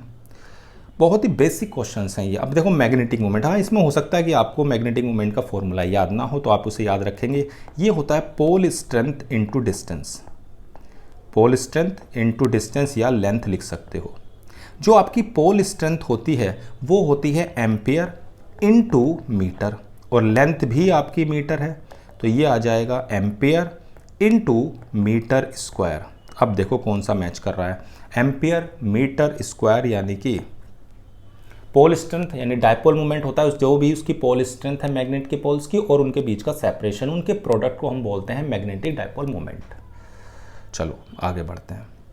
Surface tension of the liquid 70 dyne पर सेंटीमीटर है, चेंज करना है इसको एसआई में। आपको पता है डाइन जो होता है वो 10 की पावर -5 न्यूटन होगा। सेंटीमीटर को आप चेंज कर सकते हो 10 की पावर -2, तो कितना आ जाएगा बच्चों, इतने मीटर। तो ये हो जाएगा 7 × 5 और 2 3, ये हो जाएगा 5 में से 2 गए 3, और एक और पावर कम हो जाएगी, तो ये आ जाएगा इतने न्यूटन पर मीटर। कोई दिक्कत तो नहीं। अब देखो ऑप्शन कौन सा है, 7 × 10 की पावर -2। आसान है, बस याद क्या रखना है कि 1 न्यूटन इज इक्वल टू 10 की पावर 5 डाइन होते हैं, ये याद रखना, और 1 metre is equal to 100 centimetre होते हैं, ये याद रखना है, और कुछ याद नहीं रखना है इस क्वेश्चन के लिए। ठीक है, चलो देखते हैं next. Which of the following represents incorrect unit. Pressure की न्यूटन पर मीटर स्क्वायर सही है, सरफेस टेंशन भी सही है, एनर्जी की गलत है। एनर्जी क्या होता है आपके पास, किलोग्राम मीटर स्क्वायर पर सेकेंड स्क्वायर, यही तो होती है इसकी ml² t-2, ये होती है इसकी डायमेंशन। तो यही ऑप्शन है जो आपका गलत है, लेकिन हमारे लिए तो वही है जो सही है। ठीक है ना, हमें इनकरेक्ट छाट करना था, इनकरेक्ट हमने छाट लिया। अब आपके पास कह रहा है विच of the following is not measured in the units of energy. Energy, देखो एनर्जी होती क्या है, तो एनर्जी की अगर बात करें तो मैंने अभी आपको बताया, एनर्जी की डायमेंशन आप लोगों को पता है ml² t-2, यानी कि किलोग्राम मीटर स्क्वायर पर सेकेंड स्क्वायर। चेक करके देखते हैं। अब देखो कपल इनटू एंगल, ये भी सही है। मोमेंट ऑफ इनर्शिया और angular velocity, moment of inertia क्या होता है, I = mr², और एंगुलर वेलोसिटी की होती है t-2, तो ये भी सही आएगी, ml² t-2, डायमेंशन बिल्कुल सही है। फोर्स इनटू डिस्टेंस भी आपका वर्क डन होता है, यानी कि एनर्जी। इम्पल्स इनटू टाइम, देखो इम्पल्स इनटू टाइम, इम्पल्स क्या होता है, इम्पल्स होता है f × t, force into time, और ये भी टाइम है। तो फोर्स की अगर मैं लिखूंगा तो क्या आएगी, ml t-2 × t, तो ये तो कैंसिल हो जाएगा, तो सिर्फ ml बचेगी। तो ये आपकी डायमेंशन नहीं है किसकी बच्चों, किसकी, एनर्जी की। तो यही ऑप्शन ऐसा है जो करेक्ट नहीं है। ठीक है, इतनी बात। चलो, the numerical value of young modulus in SI unit is beta, it's numerically value in CGS. देखो भाई, हमारे पास जो यंग मॉडुलस होता है वो होता है न्यूटन पर मीटर स्क्वायर। सिंपल सी बात है, जो भी आपके पास यंग मॉडुलस ऑफ इलास्टिसिटी या जो भी आपके पास है उसकी जो यूनिट होती है वो न्यूटन पर मीटर स्क्वायर, जो स्ट्रेस की होती है, जो प्रेशर की होती है। और आपको पता है न्यूटन में होते हैं 10 की पावर 5 डाइन और मीटर स्क्वायर में होते हैं 10 की पावर 4, तो ये आ जाएगा डाइन पर सेंटीमीटर स्क्वायर। अब एक कैंसिल हो जाएगा, ये बचेगा 10 बीटा। कोई दिक्कत तो नहीं है, 69 का हो गया बी। बहुत ही आसान है। आगे बढ़ते हैं। कह रहा था equation P plus a upon b square b minus b is equal to constant the unit of E. मैंने आपको बताया था जो चीज़ें डायमेंशनली सेम है या जिनकी यूनिट सेम है उन्हें ही आप ऐड और सब्ट्रैक्ट कर सकते हो। किलोग्राम में आप किलोग्राम ही ऐड करोगे, किलोमीटर में किलोमीटर ऐड करोगे, लीटर में लीटर ऐड करोगे। इसीलिए जो डायमेंशन आपकी P की होगी वही डायमेंशन इस पूरे की होगी। तो मैं कह सकता हूँ P की डायमेंशन और A ओवर वी स्क्वायर की डायमेंशन सेम है, तो A इज इक्वल टू आप लिख सकते हो पी वी स्क्वायर। अब हमें लिखना है सीजीएस में प्रेशर क्या होता है, न्यूटन पर metre square, SI unit MKS में, और इसको आप लिख सकते हो डाइन पर सेंटीमीटर स्क्वायर। वॉल्यूम होता है सेंटीमीटर क्यूब, इसका भी स्क्वायर है, तो हो जाएगा डाइन पर सेंटीमीटर स्क्वायर इंटू सेंटीमीटर की पावर 6, तो ये हो गया डाइन सेंटीमीटर की पावर 4। देखो कोई ऑप्शन है क्या? हाँ जी बिल्कुल है, कोई दिक्कत नहीं। चलो आगे बढ़ते हैं। कह रहा था value of resistance and the value of current, ठीक है, the potential difference is it's value in significant figure would be. देखो आपके पास ये दिया हुआ है, इसकी सिग्निफिकेंट फिगर कितनी है 5, इसकी सिग्निफिकेंट फिगर कितनी है 3, और हमारे पास फॉर्मूला होता है V is equal to I R. मैंने बताया था जब भी आपकी प्रोडक्ट होगी तब आप आंसर लोएस्ट सिग्निफिकेंट फिगर में दोगे, हमेशा सबसे कम सिग्निफिकेंट फिगर। तो 3 है तो 3 में आंसर होना चाहिए। अब देखो ऑप्शन 3 वाला कौन सा, तो ये नज़र आ रहा है 35.0, इसमें आपकी सिग्निफिकेंट फिगर जो है वो 3 है, तो आपका जो आंसर होना चाहिए वो सबसे कम सिग्निफिकेंट फिगर वाला होना चाहिए। ठीक है ना, बहुत आसान है। आगे बढ़ते हैं। कह रहा which of the following statement is are correct. ठीक है, अब हमारे पास क्या क्या है। कह रहा है पहला 345.726 कितनी सिग्निफिकेंट फिगर है, तो बच्चों 6 हैं, बहुत अच्छी बात है। अगले में देखो कह रहा है कि ऐसे 7 सिग्निफिकेंट फिगर, गलत है, इसमें सिर्फ आपकी 4 सिग्निफिकेंट फिगर हैं। इसकी बात करते हैं, कह रहा हैज़ 3 सिग्निफिकेंट फिगर, बिल्कुल सही है, इसकी 3 सिग्निफिकेंट फिगर हैं, और इसमें आपकी 1 2 3 4 5 सिग्निफिकेंट फिगर है। अगर आप देखोगे इन 4 में से 3 सही हैं, फर्स्ट सही है और आपका थर्ड सही है और फोर्थ सही है, तो यानी कि सी ऑप्शन है। आसान सा था। सिग्निफिकेंट फिगर आपकी जो होती हैं वो आपकी 13 डिजिट प्लस 1 अनसर्टेन डिजिट होती है। ठीक है, या आप कह सकते हो कि number of non zero digits होती हैं। ये आपके रूल हैं, आपको याद होंगे, कोई दिक्कत वाली बात नहीं है। 73 पर आते हैं। रेजिस्टेंस आपके पास है, then the find the percentage error. तो R इज इक्वल टू क्या है बच्चों, R is equal to V upon I. आप कैसे लिखोगे, delta R upon R into 100 is equal to delta V upon V into 100 plus delta I upon I into 100। सही है। Delta R upon R देखो कहाँ है, डेल्टा R ये आपका हो गया, आपको निकालनी थी परसेंटेज एरर इन R, वो हमने लिख दी है। ठीक है ना। डेल्टा B देखो कितना है 5 अपॉन 100 इंटू 100 प्लस ये कितना है 2, ये आपके पास है 0.2 अपॉन 10 इंटू 100, तो इससे तो ये कैंसिल हो गया, इससे एक 0 कैंसिल हो जाएगा, आ जाएगा 5 प्लस 2 यानी कि 7% एरर है। कोई दिक्कत तो नहीं है, हो गया। चलो आगे बढ़ते हैं। कह रहा है wire has a mass and radius and length. ठीक है, तो maximum percentage error in the measurement of its density. तो डेंसिटी इज इक्वल टू है क्या, तो डेंसिटी होती है मास अपॉन वॉल्यूम। हाँ है ना, मास अपॉन वॉल्यूम। अब जो वॉल्यूम है वो कितना होता है, सिलेंडर का वॉल्यूम अगर आप देखोगे बच्चों तो होता है पाई आर स्क्वायर एल। लिखते हैं इसको, delta rho upon rho into 100, mass का हो जाएगा delta M upon M into 100, R square है तो जो पावर है वो तो आगे आ जाती है, delta R upon R into 100, और कॉन्स्टेंट को हम लेते नहीं हैं, delta L upon L into 100। Mass देखो कितना है 0.003 अपॉन 0.3 इंटू 100, बहुत अच्छी बात है। डेल्टा आर 0.005 अपॉन 0.5 इंटू 100 और डेल्टा एल है 0.06 अपॉन 6 इंटू 100। ठीक है, अब देखो कितना आ रहा है, ये इससे पूरे कैंसिल हो जाएगा, एक आएगा, ये आपका 2 आएगा और ये आपका 1 आएगा, ये इससे कैंसिल हो रहा है पूरा, ये भी इससे कैंसिल हो रहा है, तो आ जाएगा आपका 4। तो जो भी आपकी परसेंटेज एरर है डेंसिटी में बच्चों वो कितनी होगी, 4 होगी। कोई दिक्कत तो नहीं, बहुत आसान है, बिल्कुल बेसिक क्वेश्चंस हैं, लगे रहिए करते रहिए। Pitch of the screw gauge is 0.5 mm। ठीक है, पिच आपके पास है एंड डिवीजन कितने हैं, 50। तो आपको मैंने बताया था लीस्ट काउंट क्या होती है, pitch upon number of division on circular scale, ये आपके पास लीस्ट काउंट है। अब आप बताओ पिच कितनी है, 0.5 अपॉन 50, तो कितना आ जाएगा, ये आपका आ जाएगा, पॉइंट आप हटा दो, नीचे हो जाएगा, ये 5 से पूरा कट जाएगा, कितनी बार, 100 बार, तो 0.01 mm इसकी क्या हो गई बच्चों, पिच। कोई दिक्कत तो नहीं, तो सॉरी लीस्ट काउंट हो गई। पिच हमारे पास देखो क्या होता क्या है कि जब हम उसको रोटेट करते हैं तो रोटेट करने पर, एक राउंड घुमाने पर वो कितना आगे मूव करता है, उस डिस्टेंस को बोलते हैं पिच। तो pitch upon number of division on circular scale, ये होती है आपकी लीस्ट काउंट। तो लीस्ट काउंट आ गई 0.01 mm, ऑप्शन आपके पास है बी। चलो आगे बढ़ते हैं। कह रहा है in 1 year calipers N division of 1 year coincide with n-1 division. जब डिवीजन की बात करें तो देखो लीस्ट काउंट का फॉर्मूला याद रखोगे, 1 MSD minus 1 vernier scale division, मतलब दोनों के स्केल में जो डिवीजन्स हैं उनका डिफरेंस, वही लीस्ट काउंट होती है।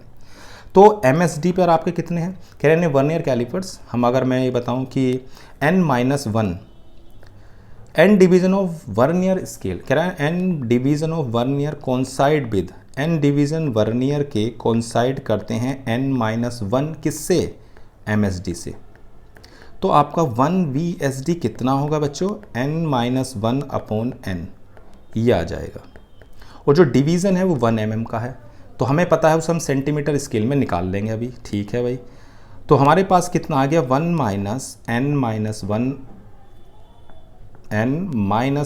अपॉन n इतने MSD। तो n एलसीएम ले लेना, तो आपके पास आ जाएगा 1/n MSD, और एक MSD कितने का है, तो 1 mm का है।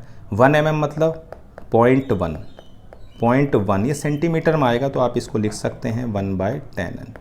ये आपकी लीस्ट काउंट है। तो लीस्ट काउंट क्या होती है, या तो आप ऐसे निकाल सकते हो pitch upon number of division on circular scale, या आप पिच ऐसे निकाल सकते हो 1 MSD माइनस 1 BSD। क्लियर है इतनी बात, कोई दिक्कत तो नहीं। चलो ऑप्शन हो गया सी। आगे बढ़ते हैं, क्या कहता है, कह रहा है 1 centimetre on the main scale division, ठीक है, caliper is divided into 10 equal parts, 10 equal part में डिवाइड हो रहे हैं। अगर 1 सेंटीमीटर को 10 पार्ट में डिवाइड करेंगे तो ये आएगा आपका 0.1, यही तो आएगा। एक पार्ट में अगर हम क्या कर रहे हैं, एक पार्ट को 10 हिस्सों में डिवाइड कर रहे हैं, तो एक हिस्सा कितने का होगा, 0.1 का। अब कहता है 10 डिवीजन, कितने division, 10 division of vernier scale division कॉन्साइड करते हैं 8 मेन स्केल डिवीजन से। तो एक वर्नियर स्केल डिवीजन हो गया बच्चों 8/10 MSD, मतलब 0.8 MSD, और एक MSD हमें पता ही है। तो अब मैं अगर लीस्ट काउंट निकालूं प्यारे बच्चों, तो आएगा 1 MSD माइनस 1 BSD, तो यानी कि 1 MSD माइनस इसे रख दो 0.8 MSD, तो ये आ जाएगा आपका 0.2 MSD, और MSD कितने का है, 0.1 का। तो 0.2 इंटू 0.1, तो 0.02, ये आपकी लीस्ट काउंट आ गई इतने सेंटीमीटर। तो हमारे पास कौन सा ऑप्शन हो गया, तो ऑप्शन हो गया 0.02 सेंटीमीटर। कोई दिक्कत तो नहीं है। चलो भाई आगे बढ़ते हैं। तो बच्चों क्वेश्चन नंबर 78 क्या कह रहा है, देखते हैं। Relative density of the metal may be found with the help of spring balance. In air, the spring balance reads 5, और उसमें जो एरर है 0.05, एंड वाटर में कितनी है, 4 और 0.05। ठीक है, the relative density along with the maximum permissible percentage error would be. देखो बच्चों, आपके पास जो रिलेटिव डेंसिटी होती है वो होती है weight of weight of the object in air और लॉस ऑफ द वेट, ठीक है भाई, कितना लॉस हो रहा वेट का और इतना, ठीक है भाई। अगर आप देखोगे तो कितना वेट मेजर कर रहा है एयर में 5, लॉस कितने का हो रहा है तो 5 - 4 यानी कि 1, तो 5/1।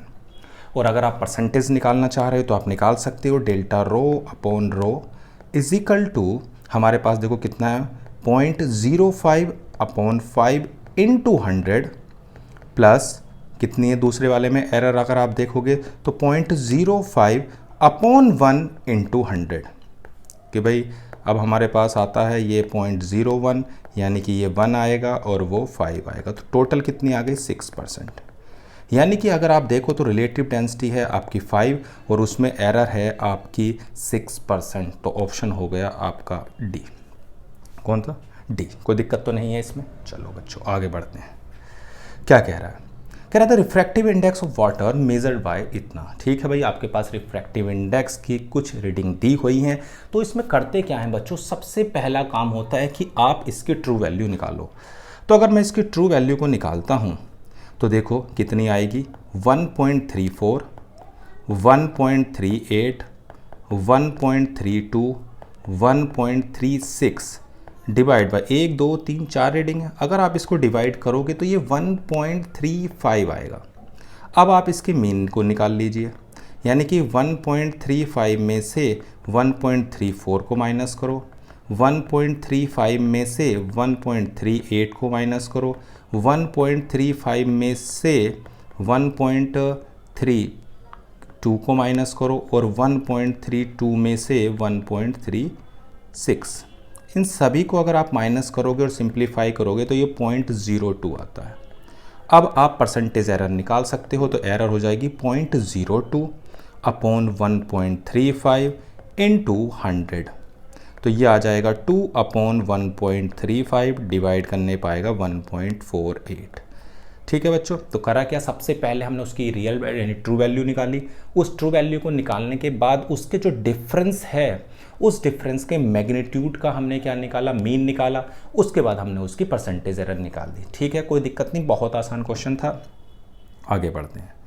इन an experiment 4 quantities ABCD are measured with the percentage error. ठीक है भाई, आपके पास देखो डेल्टा P/P इंटू 100, जो भी पावर होती है वो आगे आ जाती है, तो delta A/A into 100 two delta B/B into 100 plus delta C/C into 100 delta D/D into 100।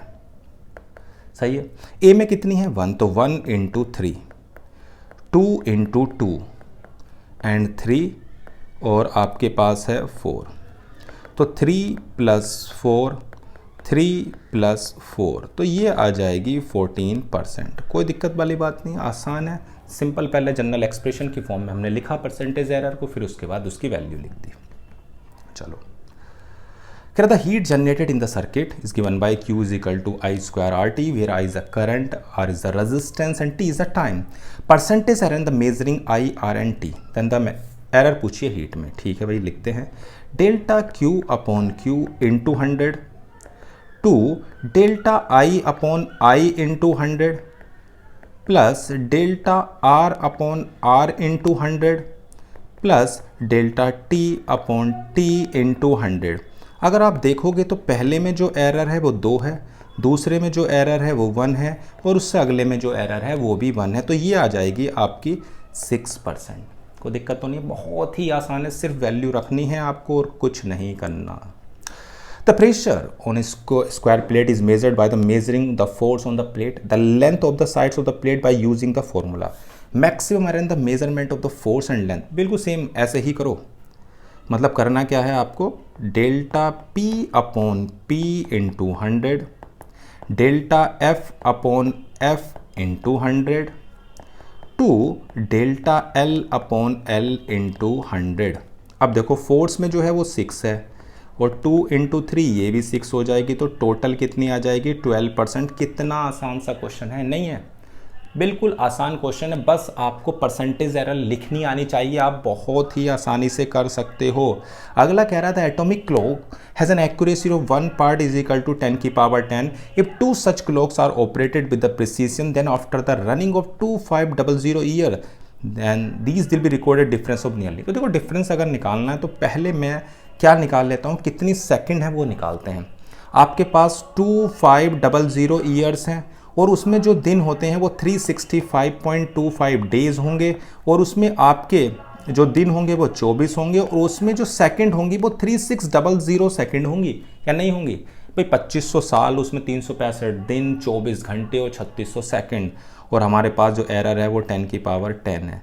अगर आप इस सभी को सिंप्लीफाई करोगे तो लगभग ये 8 सेकंड आएगा। सिंप्लीफाई आप करके देख लेना, 8 सेकंड के आसपास आएगा। कोई दिक्कत तो नहीं है। चलो आगे बढ़ते हैं।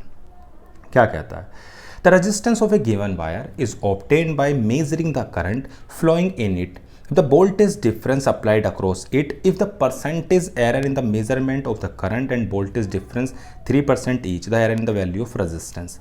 आपके पास है V is equal to I R, हाँ या ना। अब आपको निकालनी है रेजिस्टेंस में, तो V ओवर I यानी कि डेल्टा V ओवर V, आपकी जो एरर हो जाएगी delta R upon R into 100, delta V upon V into 100, delta I upon I into 100। दोनों में कितनी है बच्चों, 3। ये भी आपको 3 दी हुई है, ये भी आपको 3 दी हुई है, और 3 आपकी हो जाएगी 6। कोई दिक्कत तो नहीं, बहुत ही आसान है ये आपके एरर के क्वेश्चंस, बहुत आसान। करें आप। कर बच्चों तो फॉलोइंग द मोस्ट एक्यूरेट। देखो कोई भी चीज़ मोस्ट एक्यूरेट तब होती है जब उसकी लीस्ट काउंट हो। अगर आप देखो तो स्क्रू गेज की जो लीस्ट काउंट है वो है हमारे पास 0.001। अगर हम इसकी निकालें तो ये 1/50 आएगी, यानी कि 0.000, तो ये आपकी 0.02 आएगी। ठीक है, इतनी बात। वर्नियर कैलिपर्स की ये दी हुई है, अगर हम इसकी भी निकालेंगे तो ये भी आपकी 0.1 mm आएगी। तो इन सभी के अंदर सबसे कम जो लीस्ट काउंट है बच्चों वो किसकी है, स्क्रू गेज की सबसे लीस्ट काउंट। जिसकी लीस्ट काउंट कम होगी वही आपको सबसे मोस्ट एक्यूरेट रिजल्ट देगा। ठीक है, इतनी बात। चलो भाई अब आते हैं अगले पर। कह रहा है thin copper wire of the length L metre increase in the length by 2% when heated 10 degree centigrade, what is the percentage increase in area. देखो मैंने आपको पहले भी बताया, जब भी आपको लेंथ में या रेडियस में क्या दिया हो, परसेंटेज एरर दी हो, तो उसका डबल एरिया में होगा और उसका ट्रिपल वॉल्यूम में होगा। तो हमसे एरिया का पूछा है तो एरिया में सीधा आपका कितना हो जाएगा, जो भी आपकी लेंथ है उसका डबल, तो 2 × 2 सीधा आपका 4% होगा। इसे याद रखना, एरिया जो होता है वो डबल हो जाता है और जो वॉल्यूम होगा वो आपका ट्रिपल होगा।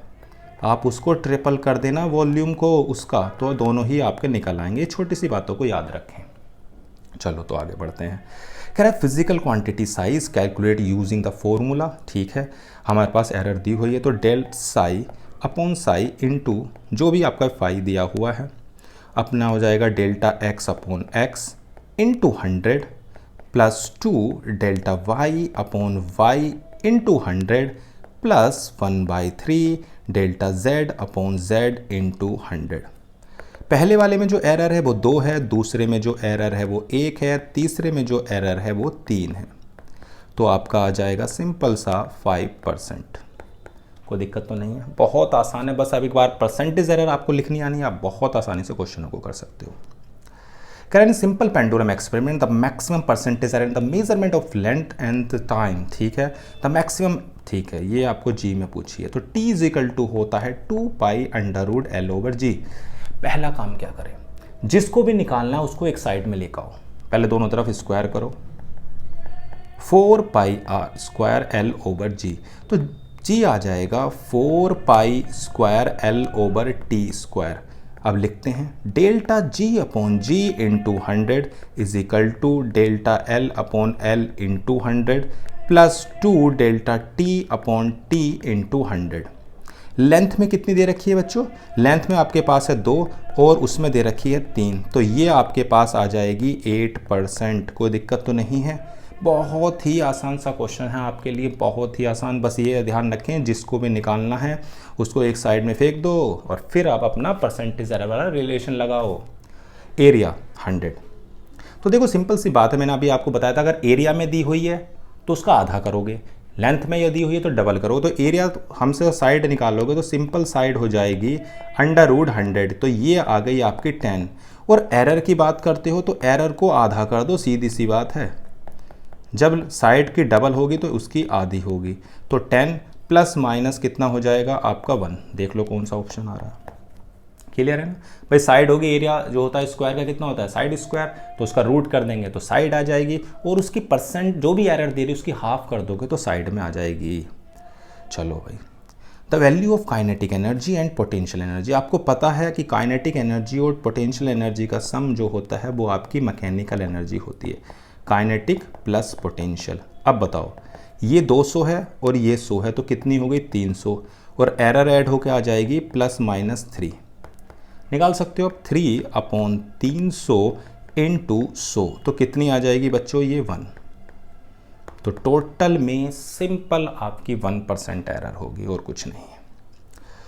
You measure 2 quantities A and B, वो रिपोर्ट करेक्ट वैल्यू। ठीक है भाई, देखो सबसे पहले मैं उस वैल्यू की √AB निकालता हूँ, तो 1 × 2, तो √2 आपका होता है 1.414, लेकिन आपको सिर्फ 2 सिग्निफिकेंट फिगर तक ही लिखना है, तो आप इसे 1.4 लिख सकते हो।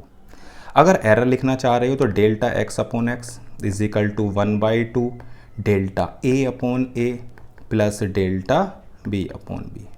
क्या दी हुई है वैल्यू, तो देखो आपके पास है कितना, ΔA कितना है, तो ΔA आपके पास है 0.2/1, ΔB है 0.2/2, यही तो है भाई 0.2/2, ये 0.2/1, तो ये आ जाएगा 0.1, तो 1/2 0.1 और 0.1 0.3, तो ये अप्रोक्स कितना आ गया बच्चों आपके पास। और x की वैल्यू भी हमारे पास आई थी 1.4, तो ΔX आ जाएगा 0.3 × 1.4/2, तो ये अप्रोक्स आपका 0.2 आएगा, क्योंकि एरर आपकी सिर्फ 1 सिग्निफिकेंट फिगर तक है, तो आप उसी में आंसर दोगे।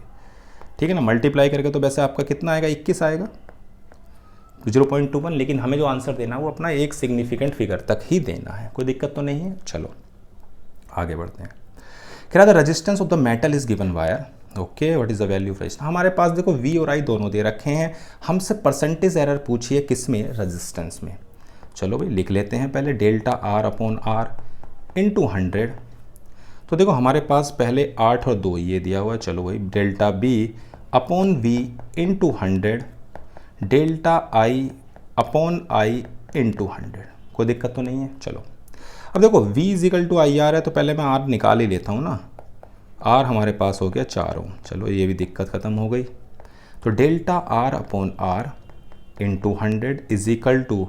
0.5/8 × 100, 0.2/2 × 100, ये आ जाएगा। तो ये तो देखो सीधा सीधा आपका आ रहा है 0. ये कट जाएगा आपका कितने से, 4 से कट जाएगा, 4 2 ज़ा, और ये 25, तो ΔR/R ये आपके पास परसेंटेज एरर हमें निकालनी थी, इसे सोल्व अगर आप करोगे तो ये आपका 0.5 × 25/2 + 0.1, तो अगर हम इसकी एरर को सोल्व करें तो ये आपका 25 5 ज़ा हो जाएगा 125, और R की वैल्यू इधर मल्टीप्लाई कराओगे तो ये अप्रोक्स 16.25%। चलो एक बार कैलकुलेशन करके देख लेते हैं कितनी आती है।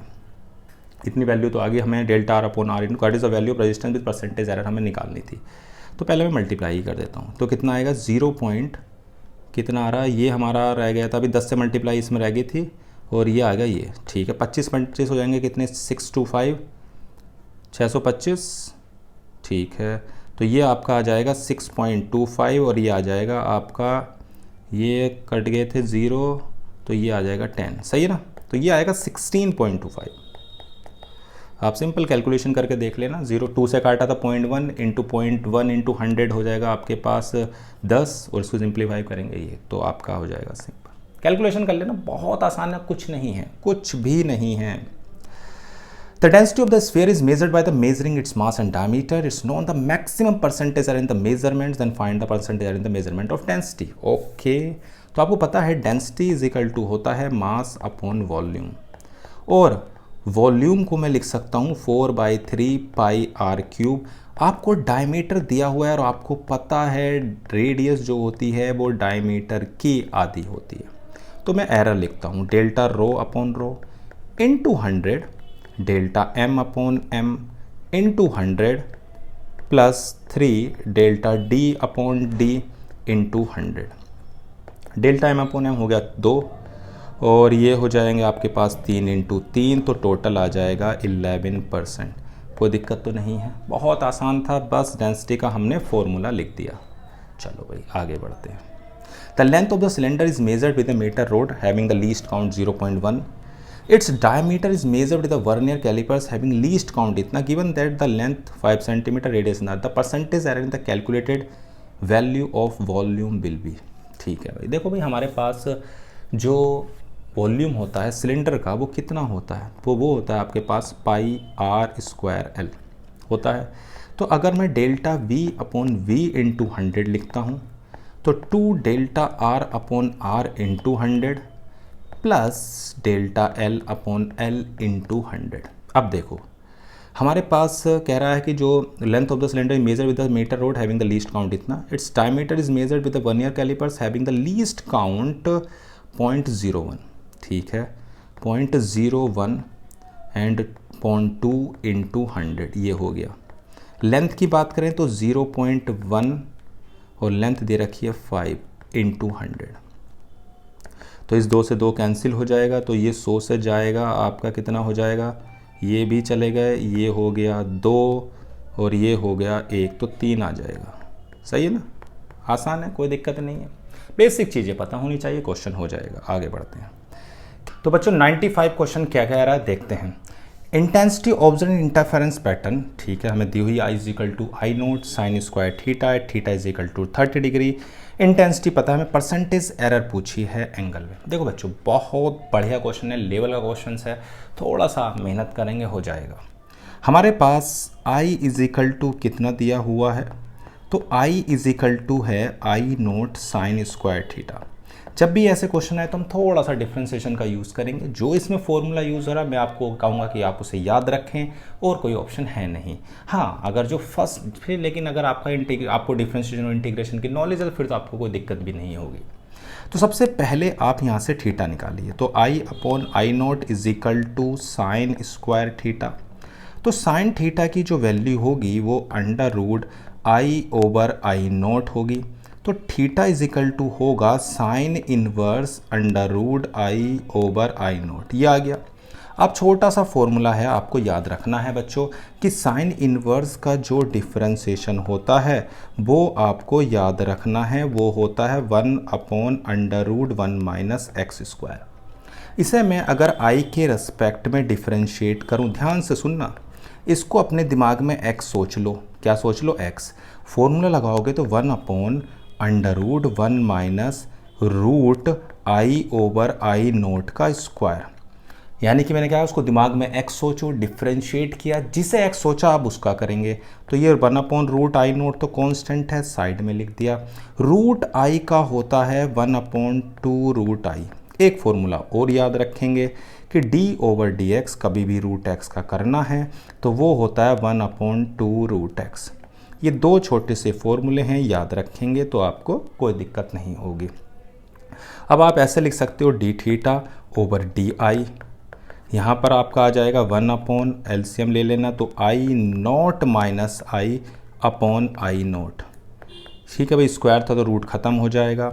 Under root I nought into 2 under root I nought से ये वाला आई नोट भी चला जाएगा। देखो क्या बचा, तो डी थीटा आ जाएगा simple 1 upon under root I note minus I 1 upon 2 root I D I. सही है। अब दोनों तरफ मैं थीटा से डिवाइड कर रहा हूँ क्योंकि मेरे को परसेंटेज एरर निकालनी है, तो मैंने थीटा से डिवाइड कर दी और 100 से मल्टीप्लाई। तो 1 upon under root I note minus I 1 upon 2 root I और डिवाइड करा है थीटा, थीटा की वैल्यू है साइन इनवर्स 1/i0 di। सही है, अब वैल्यू रखते हैं इनटू 100। अब देखो क्या क्या वैल्यू दे रखी है। आई नोट की वैल्यू कितनी है पहले उससे बताओ। तो आई नोट दे रखा है 20, आई नोट दे रखा है 20, ठीक है, और आई दे रखा है 5। तो ये हो गया काम। आई कितना दे रखा है √5। अब जो थीटा है वो आपको दिया हुआ है, थीटा आपको दिया हुआ है 30 डिग्री। तो आप इसे चेंज कर लीजिए, तो 30 × π/180, तो ये आ जाएगा π/6। कितना आ जाएगा ये π/6। डी आई बच्चों देखो कितना दिया हुआ है, तो डी आई है 0.0020, 0.0020 × 100। सही है, तो आपका ये 6 भी ऊपर चला जाएगा 6 से, चाहो तो आप इसको 2 से 6 को काट सकते हो, तो आ जाएगा 1/√15, 1/√5। ऊपर देखो 2 जीरो हैं वो चले जाएंगे, तो 0.2 × 3/π। हाँ या ना। और अब देखो √5 और 15 होता है, ये आ जाएगा आपका 5√3 × 0.2 × 3/π। इस पॉइंट से अगर आप हटा दो इसके ज़ीरो को, तो इससे भी आपका और कैंसिल हो जाएगा। भाई यहाँ √5 था, ठीक है ना, और आपका क्या बचा हुआ है वो देख लो आप। सही है, तो मैं आपके इसको डिवाइड कर सकता हूँ, √3 से ये डिवाइड हो जाएगा, और आपका आ जाएगा कितना है √3 4। अब आपके पास आ जाएगा 25, तो ये नीचे आ ही गया है, ठीक है ना। तो अब आपके पास बचा है एक ऊपर √3, नीचे बचा है पाई और 25। अगर इसे सिंप्लीफाई करो तो आप इसको लिख सकते हो 4√3। थोड़ा सिंप्लीफाई कर लो तो 4√3/π। इसको आप चाहो तो ऐसे भी लिख सकते हो। तो ये इसकी एरर आ गई परसेंटेज, कोई दिक्कत तो नहीं है। करा क्या मैंने बताया, थोड़ा सा ट्रिकी क्वेश्चन है। आपको करना क्या है, सबसे पहले डिफरेंशिएट करना है। डिफरेंशिएशन में आपको 2 फॉर्मूले याद रखने हैं, साइन इनवर्स एक्स का और आपको √x का। साइन इनवर्स एक्स का डिफरेंशिएशन आपका हो जाएगा, आपके पास है 1/√1 - x², और फिर आपका √x का। फिर आपको सिर्फ वैल्यू रखनी है और कुछ नहीं करना, छोटी सी कैलकुलेशन है। चलो भाई आगे बढ़ते हैं। कह रहा था resistance of the wire is given by the relation and percentage error. बहुत ही आसान है, एक बार करें, वीडियो को पॉज करके कोशिश तो करते रहें। तो delta ρ/ρ × 100, delta L/L × 100 +2 delta R/R × 100। अब देखो हमारे पास percentage error in the measurement of rho 1%, L में है 2% और उसमें है 3%। तो आपका कितना आ गया, ये आ जाएगा 6 और 2 8 और 1 9%। बहुत आसान है, कोई दिक्कत वाली बात नहीं है, बहुत आसान है। चलो आगे बढ़ते हैं। कह रहा physical quantities related to 4 observable quantities. ठीक है भाई, एरर पूछिए तो पहले अपना वही एक्सप्रेशन लिख लें, delta A/A × 100 2 delta A/A × 100 +3 delta B/B × 100 +C/C × 100 और हाफ डेल्टा D/D × 100। अब देखो A में कितनी परसेंटेज है, तो भाई A में दे रखी है 1, तो 2 × 1। B में जो परसेंट है वो 3 × 3, C में है 2 और D में भी है 2। तो ये हो जाएगा 2 + 9 + 2 + 1। तो बच्चों ये आपका आ जाएगा 14%। कितना आसान है, कोई दिक्कत ही नहीं, ठीक है ना। चलो आगे बढ़ते हैं।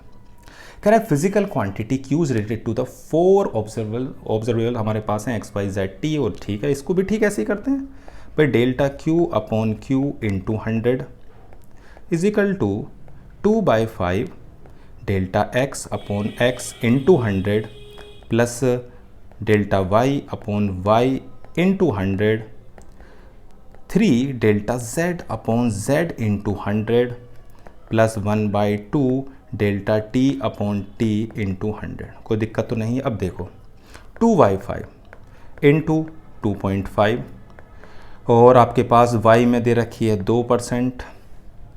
ठीक है भाई, कोई दिक्कत वाली बात नहीं है। और z में दे रखी है आपको 0.5 और इसमें दे रखी है आपकी 1। सही है, सिंप्लीफाई कर लीजिए इसको, तो कितना आता है आपका, तो ये आ जाएगा 0.52 यानी कि 5%। कोई दिक्कत नहीं, बहुत आसान है, बहुत ही आसान है। चलो अगले पर आते हैं। काफ़ी अच्छा क्वेश्चन है ये। F is equal to P upon 12 under root T by mu. ठीक है, सबसे पहले ऐसे क्वेश्चनों में आप लोग लें, दोनों तरफ लोग ले लें। लोग की कुछ प्रॉपर्टी हैं, जैसे अगर ये मल्टीप्लिकेशन है तो एडिशन में चले जाते हैं, डिवीज़न में है तो किस में चले जाते हैं, अगर डिवीज़न में होंगे तो माइनस में चले जाएंगे, मल्टीप्लिकेशन में होंगे तो किस में चले जाएंगे, एडिशन में, और डिवाइड में होंगे तो माइनस हो जाएंगे। सही है। अब इसको करते हैं तो कितना आएगा, देखो तो ये आपका log f है, तो ये हो जाएगा आपका df अपॉन f इंटू 100, ये तो कांस्टेंट है, 1/2 dt upon t into 100 minus 1/2 d mu into 100 minus 1/2 dl upon l into 100। अब देखो आपके पास एरर डिटरमाइनिंग द लेंथ में आपकी कितनी दी हुई है 1%, तो ये हो जाएगी 1/2 इंटू 1, और आपके पास लेंथ में दे दी, तो लेंथ में तो हाफ नहीं है, ये तो हाफ नहीं है, यहाँ से हटा देना, आपका जो है वो हाफ नहीं है इसमें, ठीक है ना, ये हाफ नहीं है, क्योंकि हाफ सिर्फ किस में आएगा, जिसमें रूट है, रूट वाले टर्म में हाफ होगा। सही है, तो इस वाले हाफ को भी हटा देते हैं, कोई दिक्कत तो नहीं। चलो भाई, टी में कितनी है, तो टी में आपकी माइनस ये 1/2 माइनस 2 है, तो ये हो जाएगा -1, और आपके पास ये कितनी है आपकी दे रखी ना लेंथ में, देखो लेंथ में तो हो गई 1, सही है, और टेंशन में हो गई -2, सही है, और इसमें हो गई 4, ये भी सही है, तो 2 और 1 3 और 1 4, तो -4% एरर हो जाएगी। सही है, दोनों तरफ लोग ले लिया। लोग की प्रॉपर्टी ये होती है कि अगर मल्टीप्लिकेशन में है तो वो बच्चों दोनों एडिशन में आ जाते हैं, अगर डिवीज़न में है तो बच्चों वो दोनों सब्ट्रैक्ट में आ जाएंगे। प्रॉपर्टी याद रखें, और अगर कोई प्रॉब्लम है तो एक वीडियो आपको इसी चैनल पे मिलेगी मैथमेटिकल टूल्स के नाम से, उसे आप एक बार देख लें, और जो पावर में है वो आपका आगे मल्टीप्लिकेशन में आ जाता है। ठीक है, इतनी बात। चलो आगे बढ़ते हैं। The current voltage relation of the diode is given by, एक रिलेशन आपको गिवन है बच्चों, I इज इक्वल टू ई की पावर 1000 V/t-1। चलो अच्छी बात है, आपको दिया हुआ है, और ये जो करंट दे रखी है वो 5 मिली एम्पियर है, तो मैं ई की पावर 1000 V/t-1, ई की पावर 1000 V/t आपका हो जाएगा 6 मिली एम्पियर। कोई दिक्कत वाली बात नहीं, मैंने निकाल कर छोड़ ली। अब मैं उसको डिफ्रेंशिएट करूँ तो एक छोटा सा बच्चों फॉर्मूला याद रखना कि e की पावर x का जो डिफ्रेंशिएशन होता है ना, वो e की पावर x ही होता है, और जो आपके पास रिलेशन है I इज इक्वल टू ई की पावर 1000 V/t, इसका डिफ्रेंशिएशन कर रहे हैं हम किसके रेस्पेक्ट में, v के रेस्पेक्ट में, तो di/d हो जाएगा, ये तो ऐसे ही रहेगा, e की पावर 1000 V/t, जो कोफिशिएंट होता है वो मल्टीप्लाई में आ जाता है, तो कोफिशिएंट है 1000/t। सही है, इतनी बात। चलो तो di आ जाएगा e की power 1000 V/t into 1000/t into dv। कोई दिक्कत तो नहीं। चलो भाई वैल्यू रख देते हैं, इसकी वैल्यू तो अभी निकल के आई थी 6 मिली एम्पियर इंटू 1000, और T बच्चों आपको दे रखा है टेम्परेचर 300 केल्विन है,